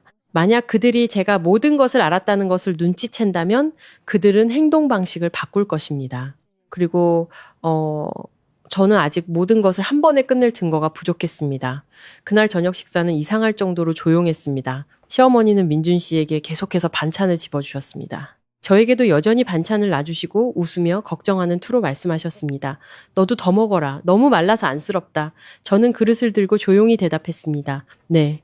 예전 같았으면 그 음식을 불편한 마음으로 바라봤을 겁니다. 하지만 지금은 그것을 하나의 신호, 하나의 체스말, 저를 그들이 원하는 위치로 밀어 넣으려는 시도로 보았습니다. 몇 숟가락 뜨다가 저는 마치 무심코 생각난 듯 고개를 들고 물었습니다. 어머니, 오늘 오후에 어디 다녀오셨어요? 좀 늦게 들어오시는 것 같던데. 시어머니의 젓가락질이 아주 미세하게 멈칫했습니다. 유심히 보지 않았다면 알아채지 못했을 정도였습니다. 시어머니는 바로 대답하셨습니다.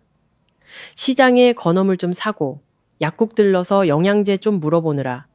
저는 고개를 끄덕였습니다. 요즘 그 시간에 자주 나가시는 것 같아요.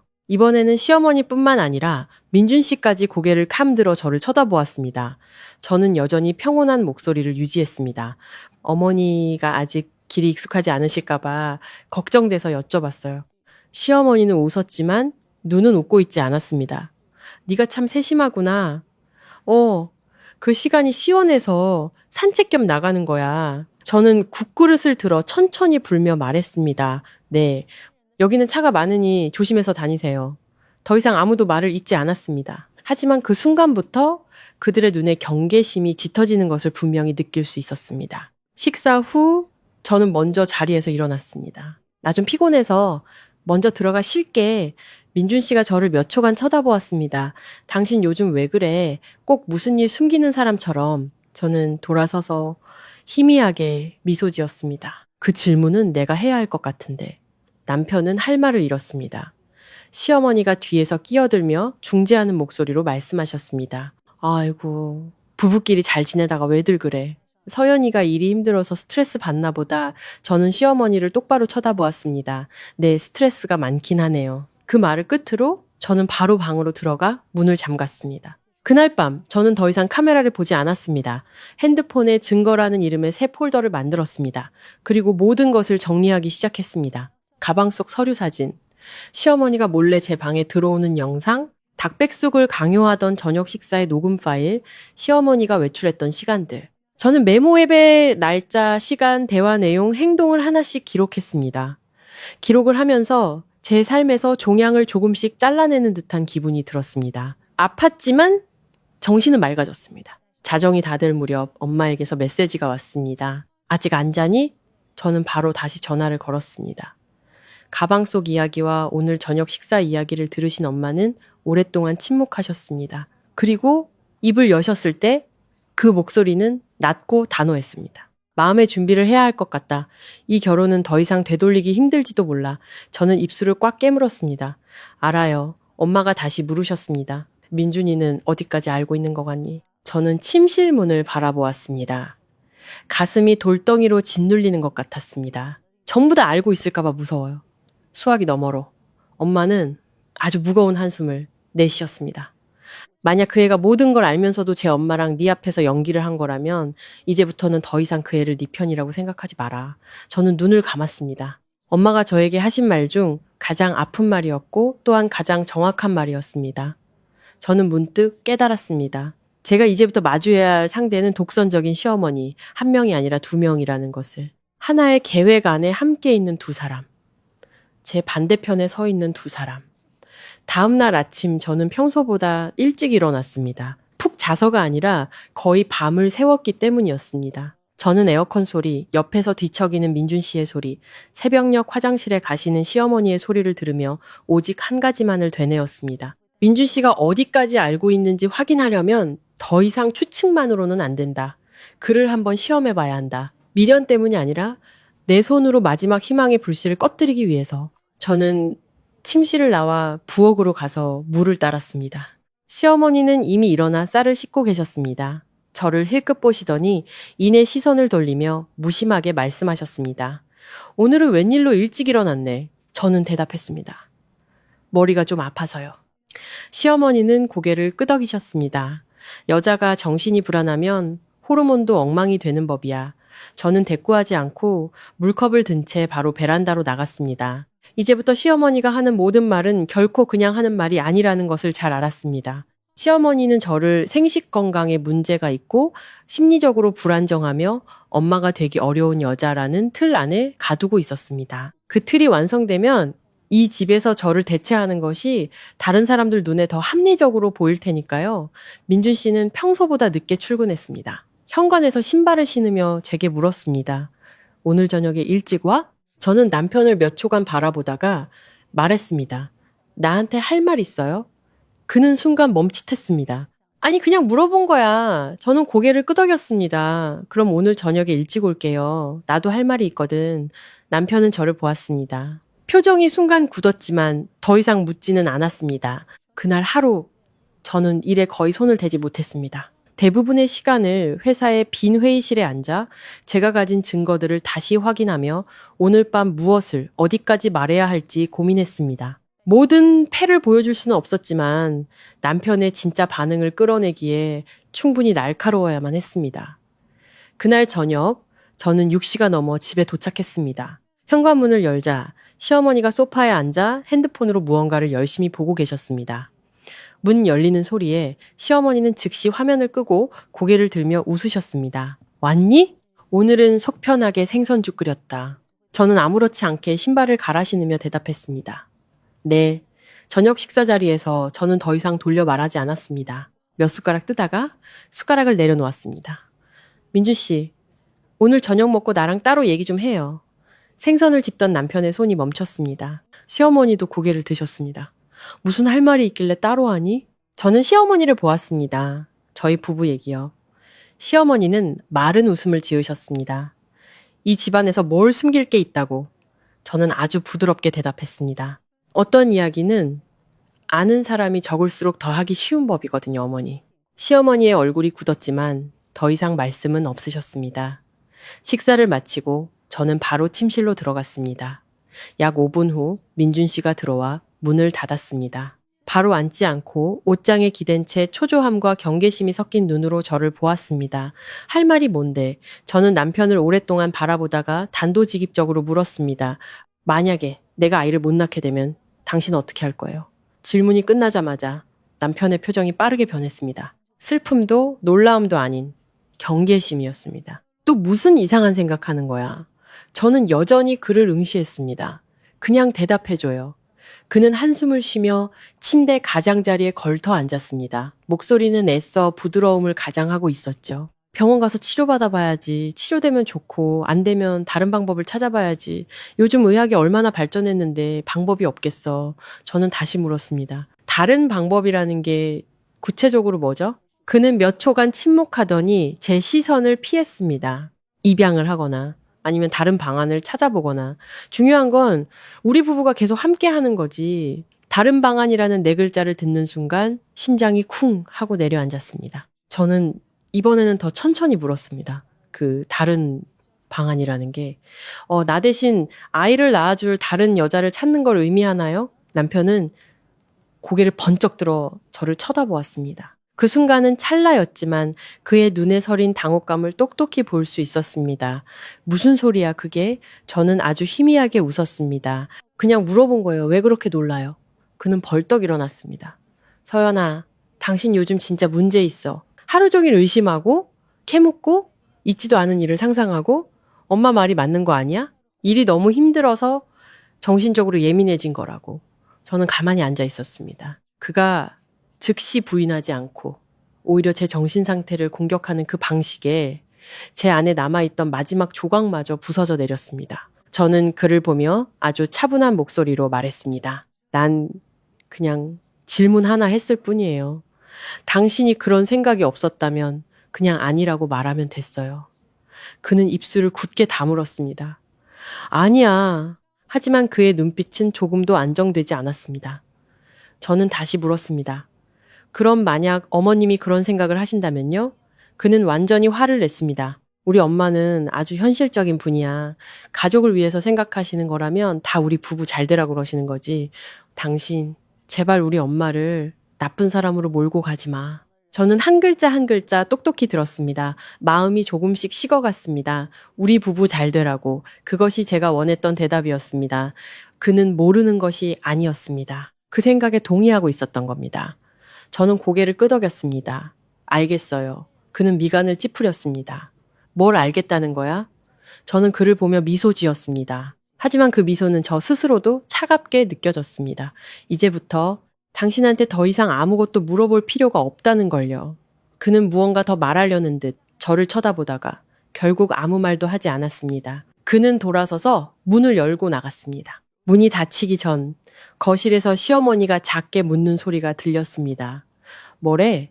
남편은 아주 작게 대답했지만 저는 똑똑히 들을 수 있었습니다. 괜찮아. 내가 알아서 할게. 저는 반쯤 어두워진 방에 혼자 앉아 있었습니다. 손은 이불 위에 놓여 있었고 머릿속은 이상할 정도로 텅 비었습니다. 저는 그를 마지막으로 한번 시험했고 남편의 대답은 저에게 아주 간단한 사실을 깨닫게 해주었습니다. 그들의 계획 속에서 저는 결코 지켜져야 할 대상이 아니었습니다. 조용히, 깔끔하게, 그리고 합리적으로 대체되어야 할 대상일 뿐이었습니다. 그날 밤의 대화 이후 저는 민준 씨에게 단 한마디도 그 이야기를 다시 꺼내지 않았습니다. 기대나 질책이 담긴 눈으로 그를 보지도 않았습니다. 한 사람에게 완전히 마음이 떠나면 남는 것은 눈물이 아니라 스스로도 낯설게 느껴질 만큼 차가운 이성이었습니다. 저는 분명히 알았습니다.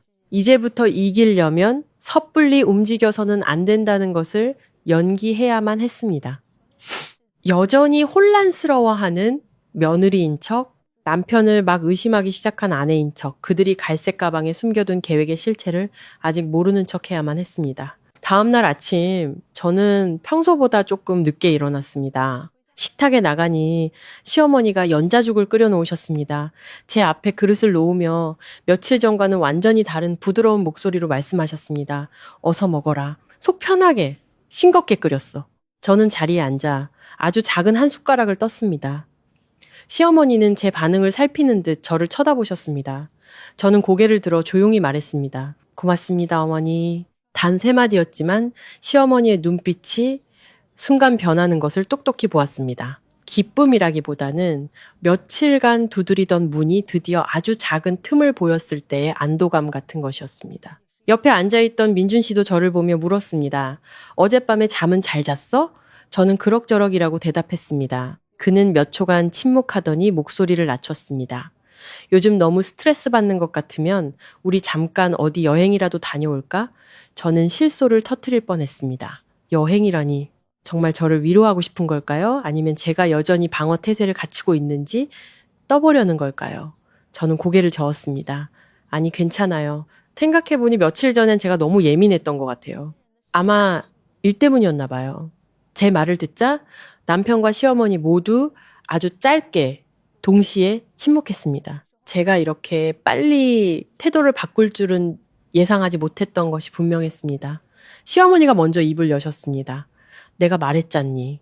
여자가 너무 피곤하면 생각이 많아지는 법이야. 푹 쉬고 잘 챙겨 먹으면 괜찮아질 거다. 저는 고개를 끄덕였습니다. 네, 저도 좀 마음을 편하게 먹어야겠어요. 바로 그 순간 저는 제가 올바른 수를 뒀다는 것을 직감했습니다. 그날 오후 저는 재택근무를 신청했습니다. 침실에 앉아 카메라로 실시간 상황을 지켜보았습니다. 정확히 3시, 시어머니는 다시 당신의 방으로 들어가셨고 약 10분 후에 갈색 가방을 들고 나오셨습니다. 하지만 이번에는 바로 나가지 않고 제 방으로 오셨습니다. 문을 2번 두드리셨죠. 아직 일하니? 저는 돌아서서 최대한 아무렇지 않은 표정을 지었습니다. 네, 매일 몇 개만 더 확인하면 돼요. 시어머니는 고개를 끄덕이셨습니다. 목소리가 한결 부드러워져 있었죠. 나 시장에 뭐 좀 사러 가는데 필요한 거 있니? 저는 시어머니 손에 들린 갈색 가방을 보았습니다. 아니요, 괜찮아요. 시어머니는 무언가 더 말하려는 듯 2초 정도 더 서 계시다가 몸을 돌리셨습니다. 저는 닫히는 문을 바라보다가 즉시 거실 카메라를 다시 켰습니다. 시어머니가 나오셨지만 며칠 전과는 달리 오늘은 바로 전화를 걸지 않으셨습니다. 엘리베이터를 타고 화면에서 사라졌습니다. 저는 가만히 앉아 핸드폰을 만졌습니다. 머릿속에는 단 하나의 생각만이 맴돌았습니다. 경계하기 시작했구나. 어제 저녁 식사, 저와 민준 씨의 단독 대화, 혹은 단순히 제가 더 이상 예측하기 쉽지 않다고 느끼셨기 때문일 겁니다. 4시가 넘어 시어머니가 돌아오셨습니다. 여전히 그 가방이었습니다. 하지만 이번에는 가방이 눈에 띄게 무거워 보였습니다. 아주 빠른 걸음으로 집에 들어와 바로 당신의 방으로 들어가셨고 거의 15분이 지나서야 나오셨습니다. 더 이상 추측만 할 수는 없었습니다. 그날 밤 식사 후에 저는 일부러 거실에 더 오래 앉아 있었습니다. 민준 씨와 시어머니는 TV를 보고 있었지만 두 사람의 시선은 거의 화면에 머물지 않았습니다. 제가 일어나기를 기다리는 것 같았습니다. 그리고 제가 물컵을 들고 방으로 들어가려던 순간 시어머니가 갑자기 저를 부르셨습니다. 서연아, 저는 고개를 돌렸습니다. 네, 시어머니는 저를 잠시 바라보다가 물으셨습니다. 내가 어디 공기 좋고 조용한 데 찾아서 여자들 몸조리하기 좋은 곳을 알아봤는데 너 한번 가볼 생각 없니? 저는 몇 초간 가만히 서 있었습니다. 그게 무슨 말씀이세요? 시어머니는 웃으셨습니다. 요즘 건강관리해주는 좋은 데 많잖니. 몸도 챙기고 호르몬도 조절하고 마음도 안정시킬 겸 한두 달 정도 그런 데 가서 지내는 것도 좋지. 그 말을 듣는 순간 등골이 오싹했습니다. 한두 달, 이 집을 떠나 조용한 곳으로. 만약 제가 아무것도 몰랐다면 정말 저를 걱정해서 하시는 말씀이라고 생각했을지도 모릅니다. 하지만 지금은 이것이 저를 밀어내려는 단계라는 것을 분명히 알 수 있었습니다. 저를 집 밖으로, 제 생활 공간 밖으로 떼어내어 그들이 무언가를 더 쉽게 진행할 수 있는 공간을 만들려는 수작이었습니다. 저는 희미하게 미소 지었습니다. 걱정해 주셔서 고맙습니다, 어머니. 하지만 저도 일이 있어서 그렇게 오래 집을 비우는 건 좀 힘들 것 같아요. 민준 씨가 끼어들었습니다. 권유하는 듯한 목소리였죠. 사실 네 건강이 안 좋으면 일은 잠깐 쉬어도 괜찮아. 돈은 걱정하지 말고. 저는 남편을 돌아보았습니다. 내가 안 좋다고 말한 적 없는데요. 남편은 할 말을 잃었습니다. 시어머니가 웃으며 상황을 수습했습니다. 그냥 제안해 본 거야. 네가 싫으면 할 수 없지. 저는 고개를 끄덕였습니다. 네, 저는 집에 있는 게 더 좋은 것 같아요. 그날 밤 방에 들어간 저는 바로 문을 잠그지 않고 문틈으로 밖을 엿들었습니다. 역시나 1분도 채 되지 않아 거실에서 시어머니가 목소리를 낮추는 소리가 들렸습니다. 아직도 안 가려고 하네. 민준 씨가 말했습니다. 며칠 더 시간을 줘요. 시어머니는 참을성 없는 목소리로 대답했습니다. 며칠이 언제까지인데 저쪽에서 마냥 기다려줄 순 없잖아. 저쪽 그 두 글자에 심장이 쿵 하고 뛰었습니다. 저쪽이 누구일까요? 그 여자일까요? 아니면 저를 보내려는 어떤 장소일까요? 저는 주먹을 꽉 쥐고 가만히 서 있었습니다. 민준 씨가 말을 이었습니다. 내가 다시 얘기해 볼게. 근데 엄마도 너무 몰아붙이지 마. 시어머니는 작게 하지만 아주 차갑게 웃으셨습니다. 강하게 나가지 않으면 걔가 가겠니? 저는 문 뒤에 서서 온몸이 얼어붙는 것 같았습니다. 그들은 정말로 저를 집 밖으로 내보내려 하고 있었습니다. 의심의 여지가 없었습니다. 그리고 가장 소름 끼치는 거는 민준 씨가 왜 그래야 하냐고 묻지 않았다는 점입니다. 그는 단지 어떻게 하면 내가 받아들일까를 논의하고 있었습니다. 저는 천천히 침대 쪽으로 물러나 앉았습니다. 그때 제 머릿속에는 단 하나의 생각만이 맴돌았습니다. 그들이 속도를 내기 시작했다. 그렇다면 나도 더 이상 가만히 있을 수 없다. 강하게 나가지 않으면 걔가 가겠니? 라는 말을 똑똑히 들은 후 저는 이 집에 대한 모든 미련을 버렸습니다. 집안의 모든 물건, 모든 벽, 침실 문 밖에서 들려오는 모든 발소리가 저를 조용히 내쫓고 싶어하는 두 사람의 존재를 상기시켰습니다. 저는 더 이상 그들이 행동할 때까지 가만히 기다릴 수 없었습니다. 조금이라도 늦으면 저는 아주 불리한 상황에 놓이게 될 것이 분명했습니다. 다음날 아침, 저는 하루 연차를 냈지만 아무에게도 사실대로 말하지 않았습니다. 평소처럼 출근 준비를 하고 가방을 들고 제 시간에 집을 나섰습니다.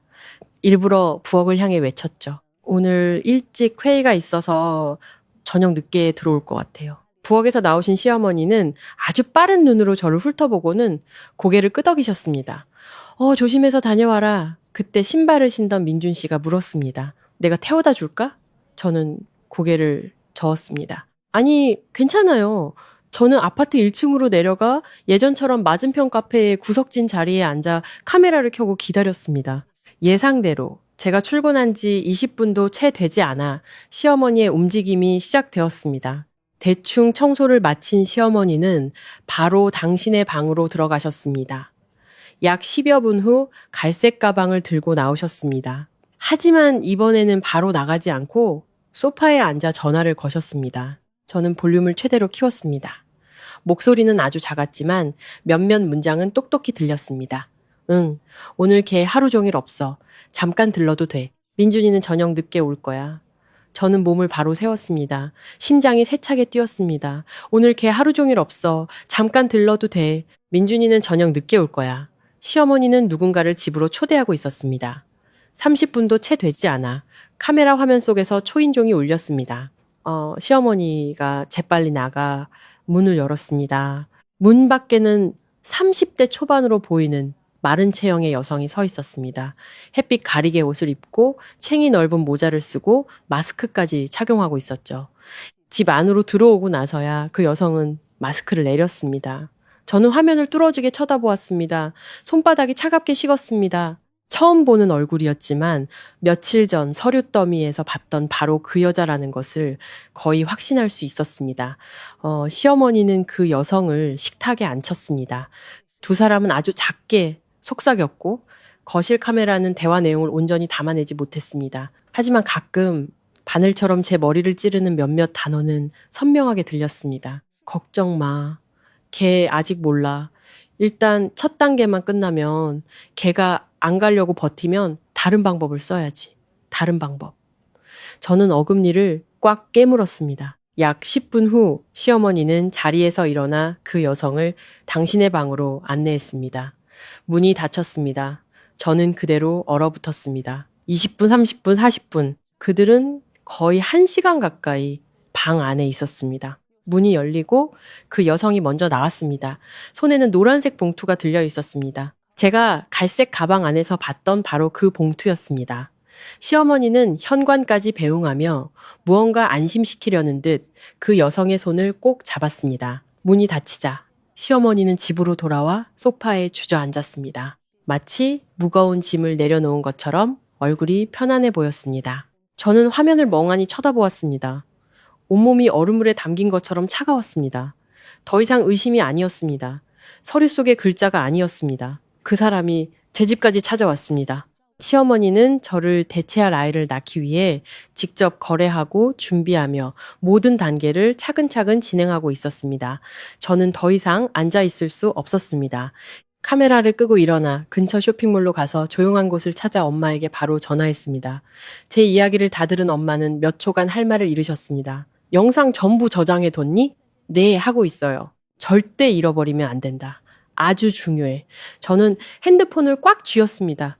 엄마, 나 더 이상 못 기다리겠어. 이건 너무 멀리 갔어. 엄마가 재빨리 물으셨습니다. 어떻게 할 거니? 저는 심호흡을 깊게 했습니다.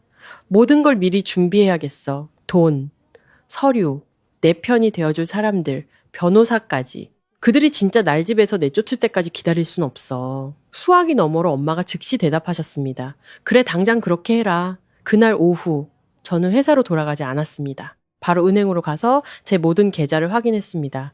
다행히 제 개인 비상금은 그대로 있었습니다. 저는 그중 상당 부분을 엄마의 계좌로 즉시 이체했습니다. 부부 공동 재산을 숨기려는 것이 아니었습니다. 만약 일이 터졌을 때 적어도 제 몫의 돈만큼은 모든 위험으로부터 지켜야만 했습니다. 은행을 나와 변호사로 일하는 대학 동기를 만났습니다. 모든 것을 다 말하지는 않았습니다. 단지 결혼에 심각한 문제가 생긴 것 같다고 남편과 시어머니가 임신 문제와 관련해 무언가를 몰래 꾸미고 있으며 어떤 증거를 모아야 하는지 조언을 구했습니다. 제 이야기를 들은 친구의 표정이 심각해졌습니다. 내 말이 사실이라면 절대 그들이 눈치채게 해선 안 돼. 계속해서 영상, 녹음, 사진, 서류, 일정 모든 걸 최대한 자세하게 모아. 그리고 지금부터 그들이 주는 어떤 서류에도 절대 서명하지 말고 확실하지 않은 건 절대 마시거나 먹지 마. 저는 가만히 앉아 있었습니다. 친구의 한마디 한마디가 제 머릿속에 모처럼 박혔습니다. 서명하지 마, 마시지 마, 먹지 마. 저녁 무렵 집에 도착했습니다. 문을 열자 시어머니가 거실에 앉아 계셨습니다. 마치 오늘 오후 내내 시장에 가고 밥을 지었을 뿐 아무 일도 없었다는 듯 평온한 얼굴이었습니다. 시어머니는 저를 보며 다정하게 웃었습니다. 오늘은 일찍 왔네? 저도 웃었습니다. 네, 회의가 일찍 끝났어요. 시어머니는 고개를 끄덕였습니다. 눈빛이 제 얼굴을 몇 초간 훑고 나서야 시선을 돌렸습니다. 저는 침실로 들어가 문을 닫고 등에 기댄 채 천천히 숨을 내쉬었습니다. 오늘부터 저는 더 이상 수동적으로 지켜보는 사람이 아니었습니다. 저는 이 결혼을 고개 숙이지 않고 당당하게 떠나기 위한 준비를 시작했습니다. 하지만 떠나기 전에 저는 반드시 두 모자에게 대가를 치르게 할 것입니다. 변호사를 만나고 비상금을 엄마에게 맡긴 후 집에 돌아왔을 때 저는 아주 낯선 기분을 느꼈습니다. 여전히 제가 3년간의 결혼 생활 동안 수없이 열고 닫았던 그 아파트, 그 문이었지만 그 순간부터 저는 더 이상 가정을 지키려는 사람의 마음으로 들어가지 않았습니다. 저는 제 자신을 위한 전장을 조용히 정리하는 사람처럼 들어섰습니다. 반격을 하려면 그들이 제가 약해졌다고 믿게 만들어야 했습니다. 시어머니에게는 그녀가 이기고 있다고? 민준 씨에게는 제가 지치고 혼란스러워하며 그들의 제안을 곧 받아들일 것처럼 보여야 했습니다. 그래야만 그들이 마지막 패를 드러낼 테니까요. 다음날 아침, 저는 화장을 하지 않았습니다. 일부러 헐렁한 홈웨어를 입고 머리는 대충 묶어 창백한 민낯을 그대로 드러냈습니다. 식탁에 나가니 시어머니가 찹쌀밥을 푸다가 고개를 들어 저를 힐끗 보셨습니다. 그 눈에는 약간의 탐색과 함께 익숙한 가짜 동정심이 스쳐 지나갔습니다. 너 요즘 얼굴이 너무 안 좋다. 저는 자리에 앉아 이전처럼 반박하지 않고 조용히 한숨만 쉬었습니다. 저도 요즘 너무 힘든 것 같아요, 어머니. 단 한마디였지만 젓가락을 쥔 시어머니의 손이 살짝 멈추는 것을 느꼈습니다. 시어머니는 맞은편에 앉으며 꿀처럼 달콤한 목소리로 말씀하셨습니다. 내가 처음부터 말했잖니. 여자는 너무 애쓰면 안 돼. 놓아야 할 건 놓고 쉬어야 할 땐 쉬어야지. 저는 고개를 숙인 채 죽그릇을 천천히 저었습니다.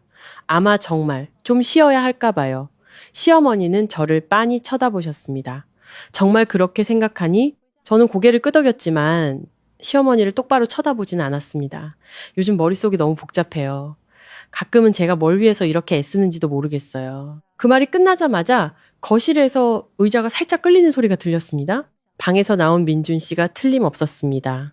그는 다가와 저를 보며 기쁨과 경계심이 섞인 낮은 목소리로 말했습니다. 정말 힘들면 쉬어. 내가 다 책임질게. 저는 고개를 들어 남편을 보았습니다. 최대한 텅 빈 눈빛을 만들려고 애쓰면서요. 정말 책임질 수 있어요? 그는 바로 고개를 끄덕였습니다. 그럼 저는 희미하게 웃었습니다. 그럼 당신 말을 들어야겠네요. 그날 아침 식사 분위기는 며칠 전과는 완전히 달랐습니다. 팽팽한 긴장감도 저와 시어머니가 말꼬리를 잡고 싸우는 일도 없었습니다. 대신 아주 부드럽고 가식적인 평온함이 흘렀습니다. 하지만 바로 그 가식적인 평온함이 그들이 제 말을 곧이곧대로 믿고 있다는 신호였습니다. 그날 하루 저는 정말로 기운이 빠진 사람처럼 행동했습니다. 출근했지만 일찍 퇴근했고 말없이 앉아있는 시간이 늘었으며 반박하는 횟수도 줄었습니다. 저녁에 시어머니가 따뜻한 우유 한 잔을 가져다 주셨을 때 저는 이전처럼 이 안에 뭐 넣었어요? 라고 쏘아붙이지 않았습니다. 그냥 잔을 받아 입술에 살짝 대었다가 조금 식으면 마실게요 라고 말했습니다. 시어머니는 더 이상 강요하지 않으셨습니다. 바로 그 점이 저를 놀라게 했습니다.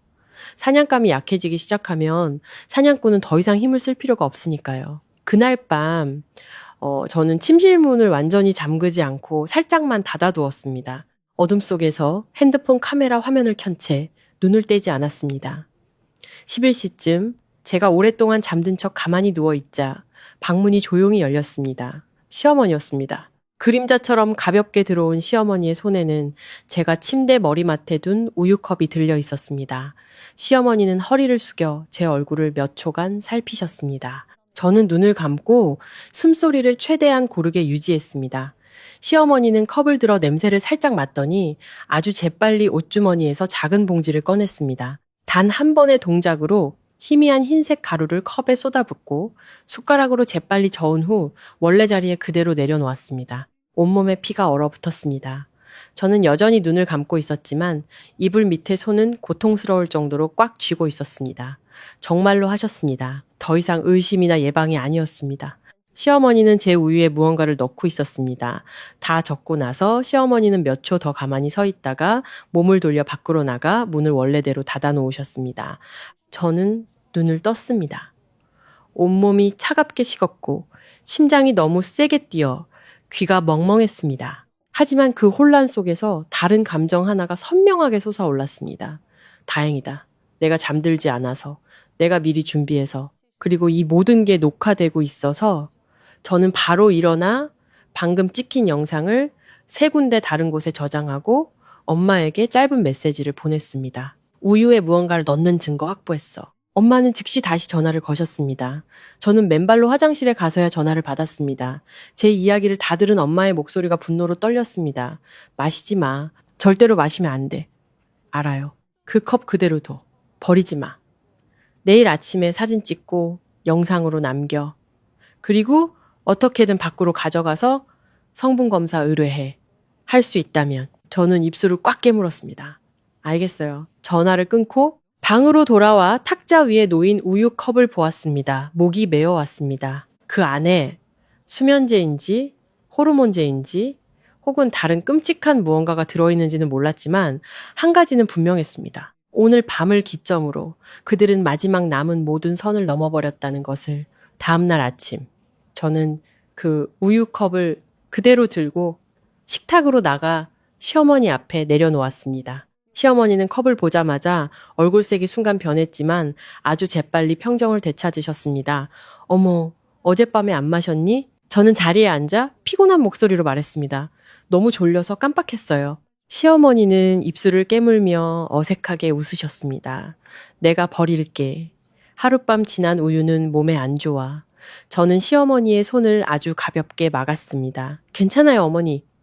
이따가 마시려고요. 그 순간 저는 시어머니의 눈에서 당혹감이 스쳐 지나가는 것을 똑똑히 보았습니다. 침실에서 나온 민준 씨가 와이셔츠 소매를 정리하며 물었습니다. 왜들 그래? 시어머니가 너무나 빠르게 대답했습니다. 아무것도 아니야. 서연이가 우유 마시는 걸 깜빡했대. 저는 고개를 들어 남편을 보았습니다. 어째서인지 바로 그 순간 저는 그를 한 번 더 시험해보고 싶어졌습니다. 저는 우유컵을 들어 입가에 가져가며 남편을 똑바로 쳐다보았습니다. 내가 이거 마시면 당신은 마음이 놓여요? 남편은 멈칫했습니다. 아주 짧은 순간이었지만 그 순간만으로도 저는 알 수 있었습니다. 그는 알고 있었습니다. 제가 생각했던 것보다 훨씬 더 잘 알고 있었습니다. 저는 컵을 내려놓으며 희미하게 미소 지었습니다. 그냥 마시기 싫어졌어요. 저는 일어나 가방을 들고 출근했습니다. 시어머니 곁을 지나갈 때 그녀의 목소리가 살짝 낮고 날카롭게 들리는 것을 똑똑히 들었습니다. 앞으로는 걔한테 뭘 주면 바로 앞에서 마시는 걸 확인해야겠다. 저는 뒤돌아보지 않았습니다.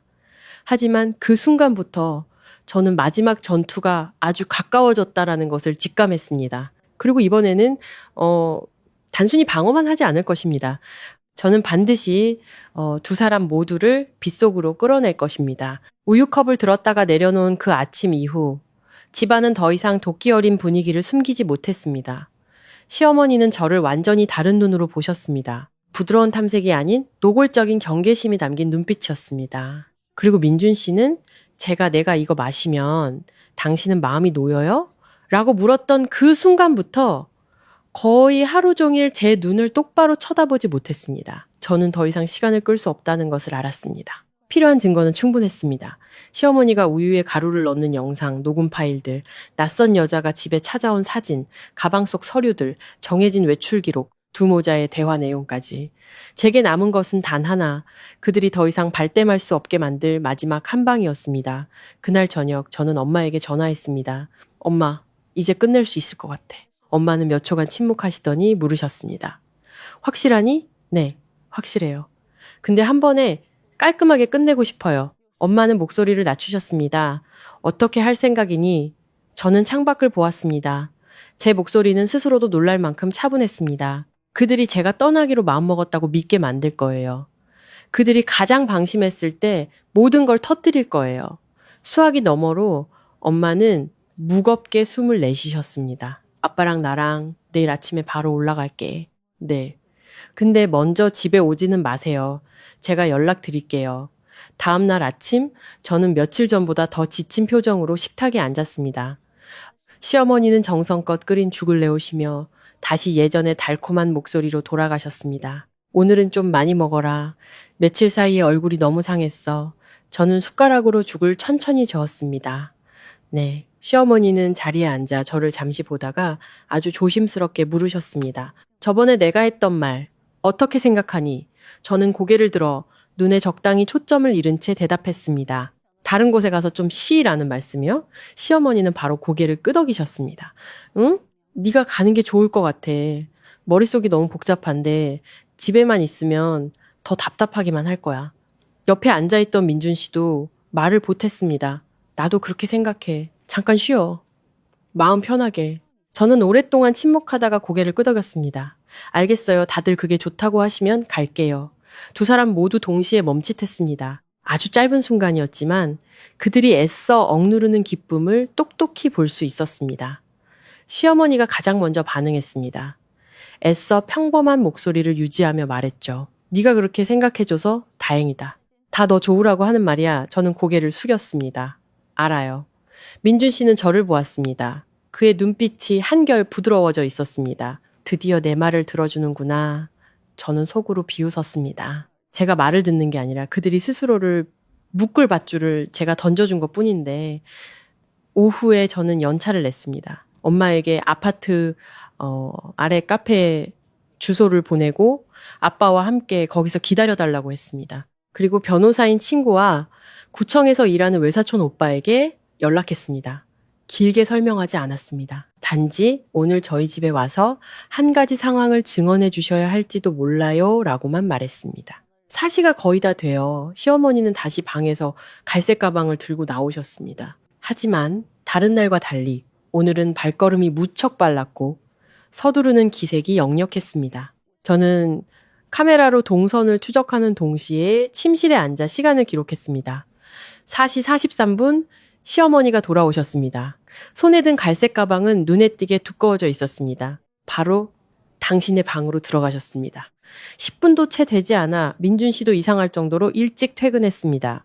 집에 들어오자마자 작게 물었습니다. 엄마, 다 됐어? 저는 침실에서 그 말을 들으며 가슴이 아려왔습니다. 다 됐어? 그렇다면 남편은 오늘 시어머니가 무엇을 하러 가셨는지 알고 있었다는 뜻이었습니다. 저는 방문을 살짝 열고 좁은 틈으로 밖을 보았습니다. 시어머니가 방에서 나오셨습니다. 손에는 서류철과 봉투가 들려 있었습니다. 아주 작게 말씀하셨죠. 다 됐어. 이제 쟤만 가면 돼. 민준 씨가 물었습니다. 돈은? 시어머니가 대답했습니다. 저쪽에서 며칠 기다려준대. 빨리 결정하는 게 중요하지. 한마디 한마디가 돌처럼 제 귀에 박혔습니다. 저는 더 이상 기다리지 않았습니다. 침실 문을 활짝 열고 밖으로 나갔습니다. 두 모자는 화들짝 놀랐습니다. 시어머니는 서류철을 가슴에 꽉 껴안았고 민준 씨는 얼굴이 하얗게 질린 채 굳어버렸습니다. 저는 그들을 똑바로 쳐다보며 이상할 정도로 차분한 목소리로 말했습니다. 제가 갈 때까지 기다릴 필요 없어요. 오늘 여기서 전부 다 얘기하죠. 민준 씨가 한 발짝 다가왔습니다. 당신 집에 있었어? 저는 웃었습니다. 놀랐어요? 아니면 지금쯤 제가 순순히 집을 나갔을 거라고 생각했어요? 두 분이 남은 일 처리하기 편하게? 시어머니 얼굴색이 즉시 변하며 날카롭게 쏘아붙였습니다. 너 지금 무슨 말버릇이야? 저는 시어머니를 보지 않았습니다. 시어머니 손에 들린 봉투를 똑바로 쳐다보았습니다. 그 안에 뭐가 들었죠? 최은미 씨의 검진 결과서? 아니면 새로 작성한 합의서? 그것도 아니면 방금 건네고 온 계약금 영수증? 시어머니의 온몸이 굳었습니다. 민준 씨는 입술이 파래진 채 더듬거렸습니다. 서연아, 너 지금 무슨 헛소리를 하는 거야? 저는 핸드폰을 꺼내 낯선 여자가 집에 찾아왔던 영상을 들어 식탁 위에 놓았습니다. 화면이 밝아지며 시어머니가 문을 열고 그 여자를 집 안으로 끌어들이는 모습이 선명하게 나타났습니다. 저는 한 글자 한 글자 힘주어 말했습니다.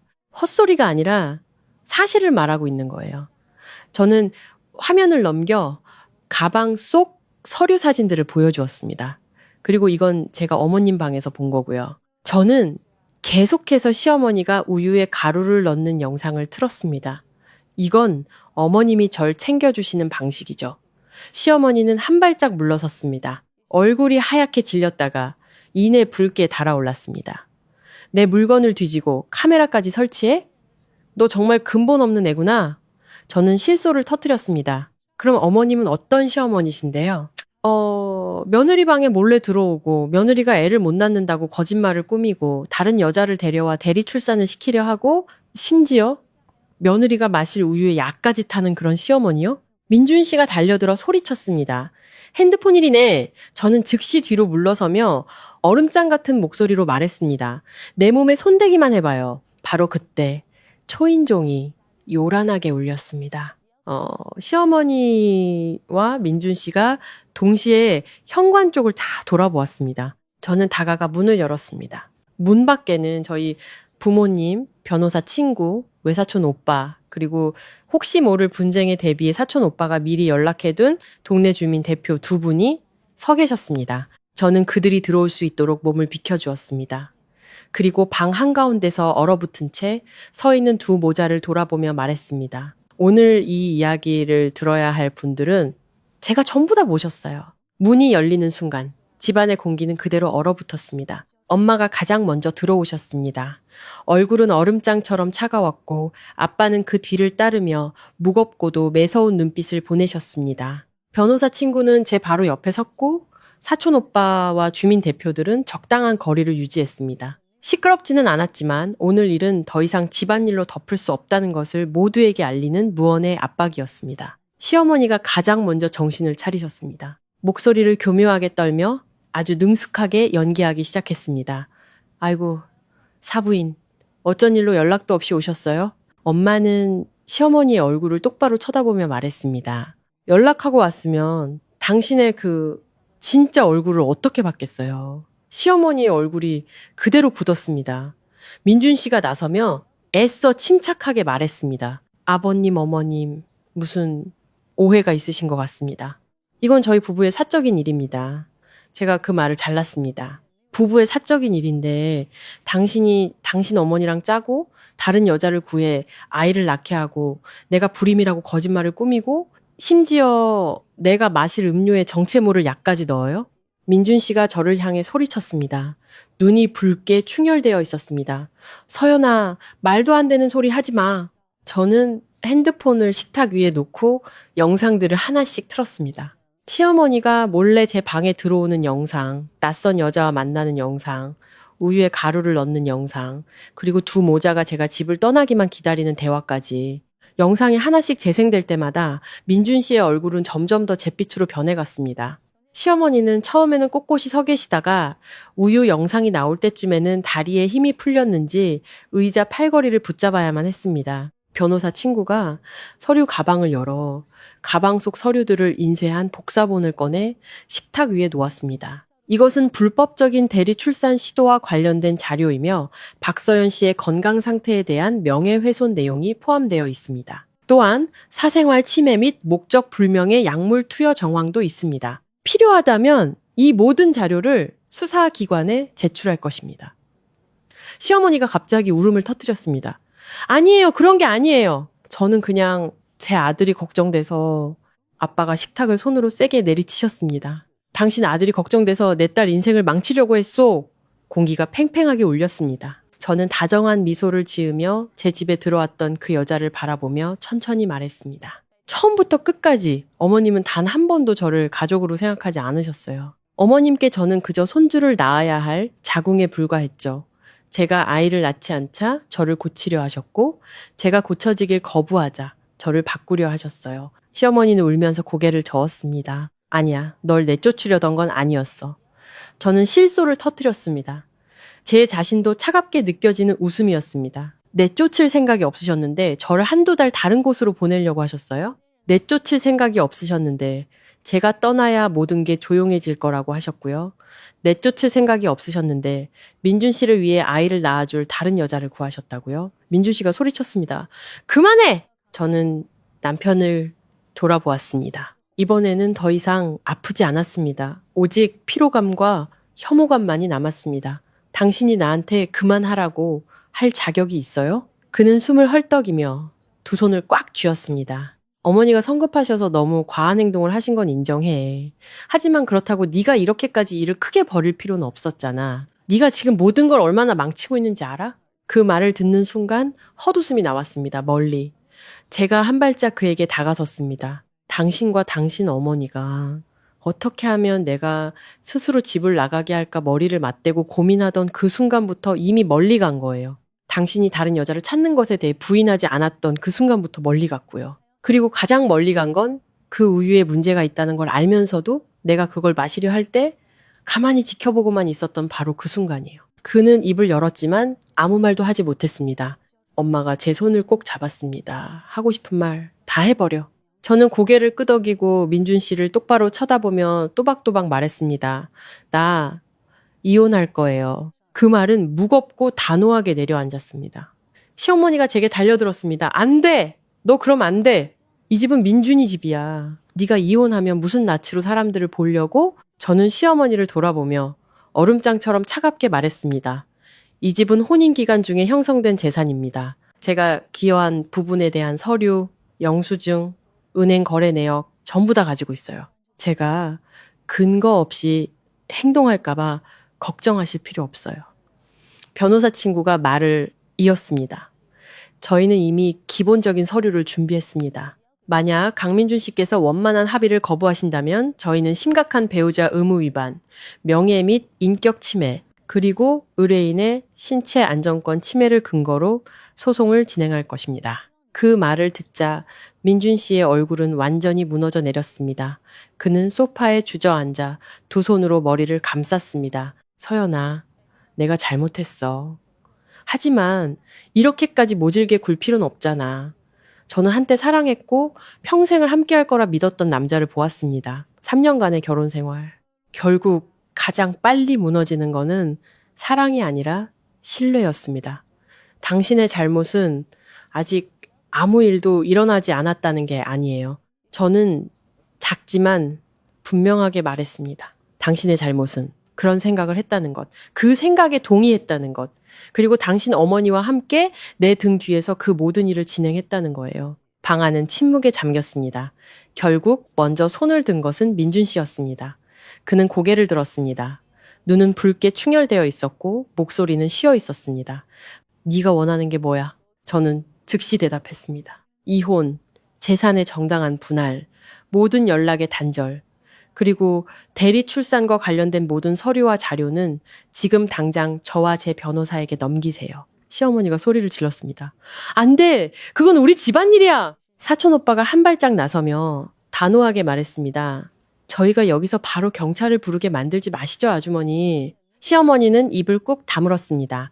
약 1시간 후 저희 부모님과 변호사, 친척, 그리고 주민 대표들 앞에서 민준 씨는 이혼 합의서 초안에 서명했습니다. 갈색 가방 속의 모든 서류는 봉인되어 변호사가 보관하게 되었습니다. 시어머니는 소파에 주저앉아 머리가 헝클어진 채 처음 제 집에 들어와 모든 것을 평가하듯 쳐다보던 그것만한 모습은 온데간데 없었습니다. 모든 것이 끝나자 저는 침실로 들어가 며칠 전부터 미리 싸둔 작은 캐리어를 끌고 나왔습니다. 민준 씨는 그 모습을 보고 목소리가 갈라졌습니다. 정말 가는 거야? 저는 그를 쳐다보지 않고 캐리어 지퍼를 잠갔습니다. 아니요. 가야 할 사람은 당신과 당신 어머니예요. 저는 고개를 들어 익숙한 집을 한번 둘러보았습니다. 그리고 나는 남을 거예요.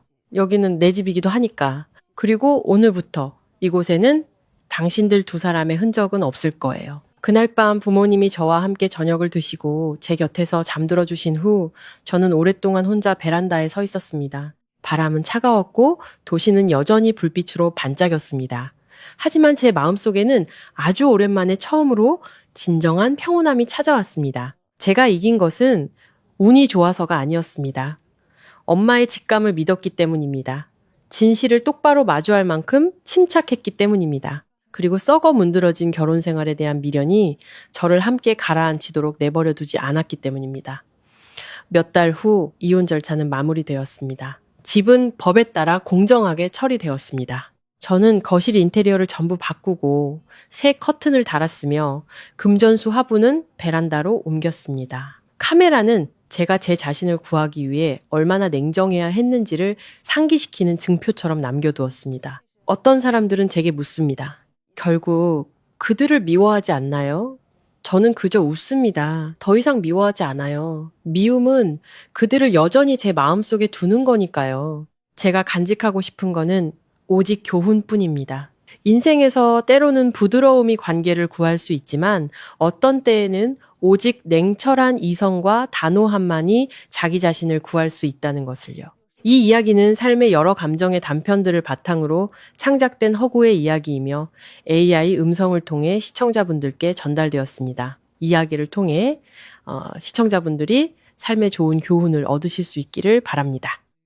이야기 속 인물들은 특정 개인을 대변하지 않습니다.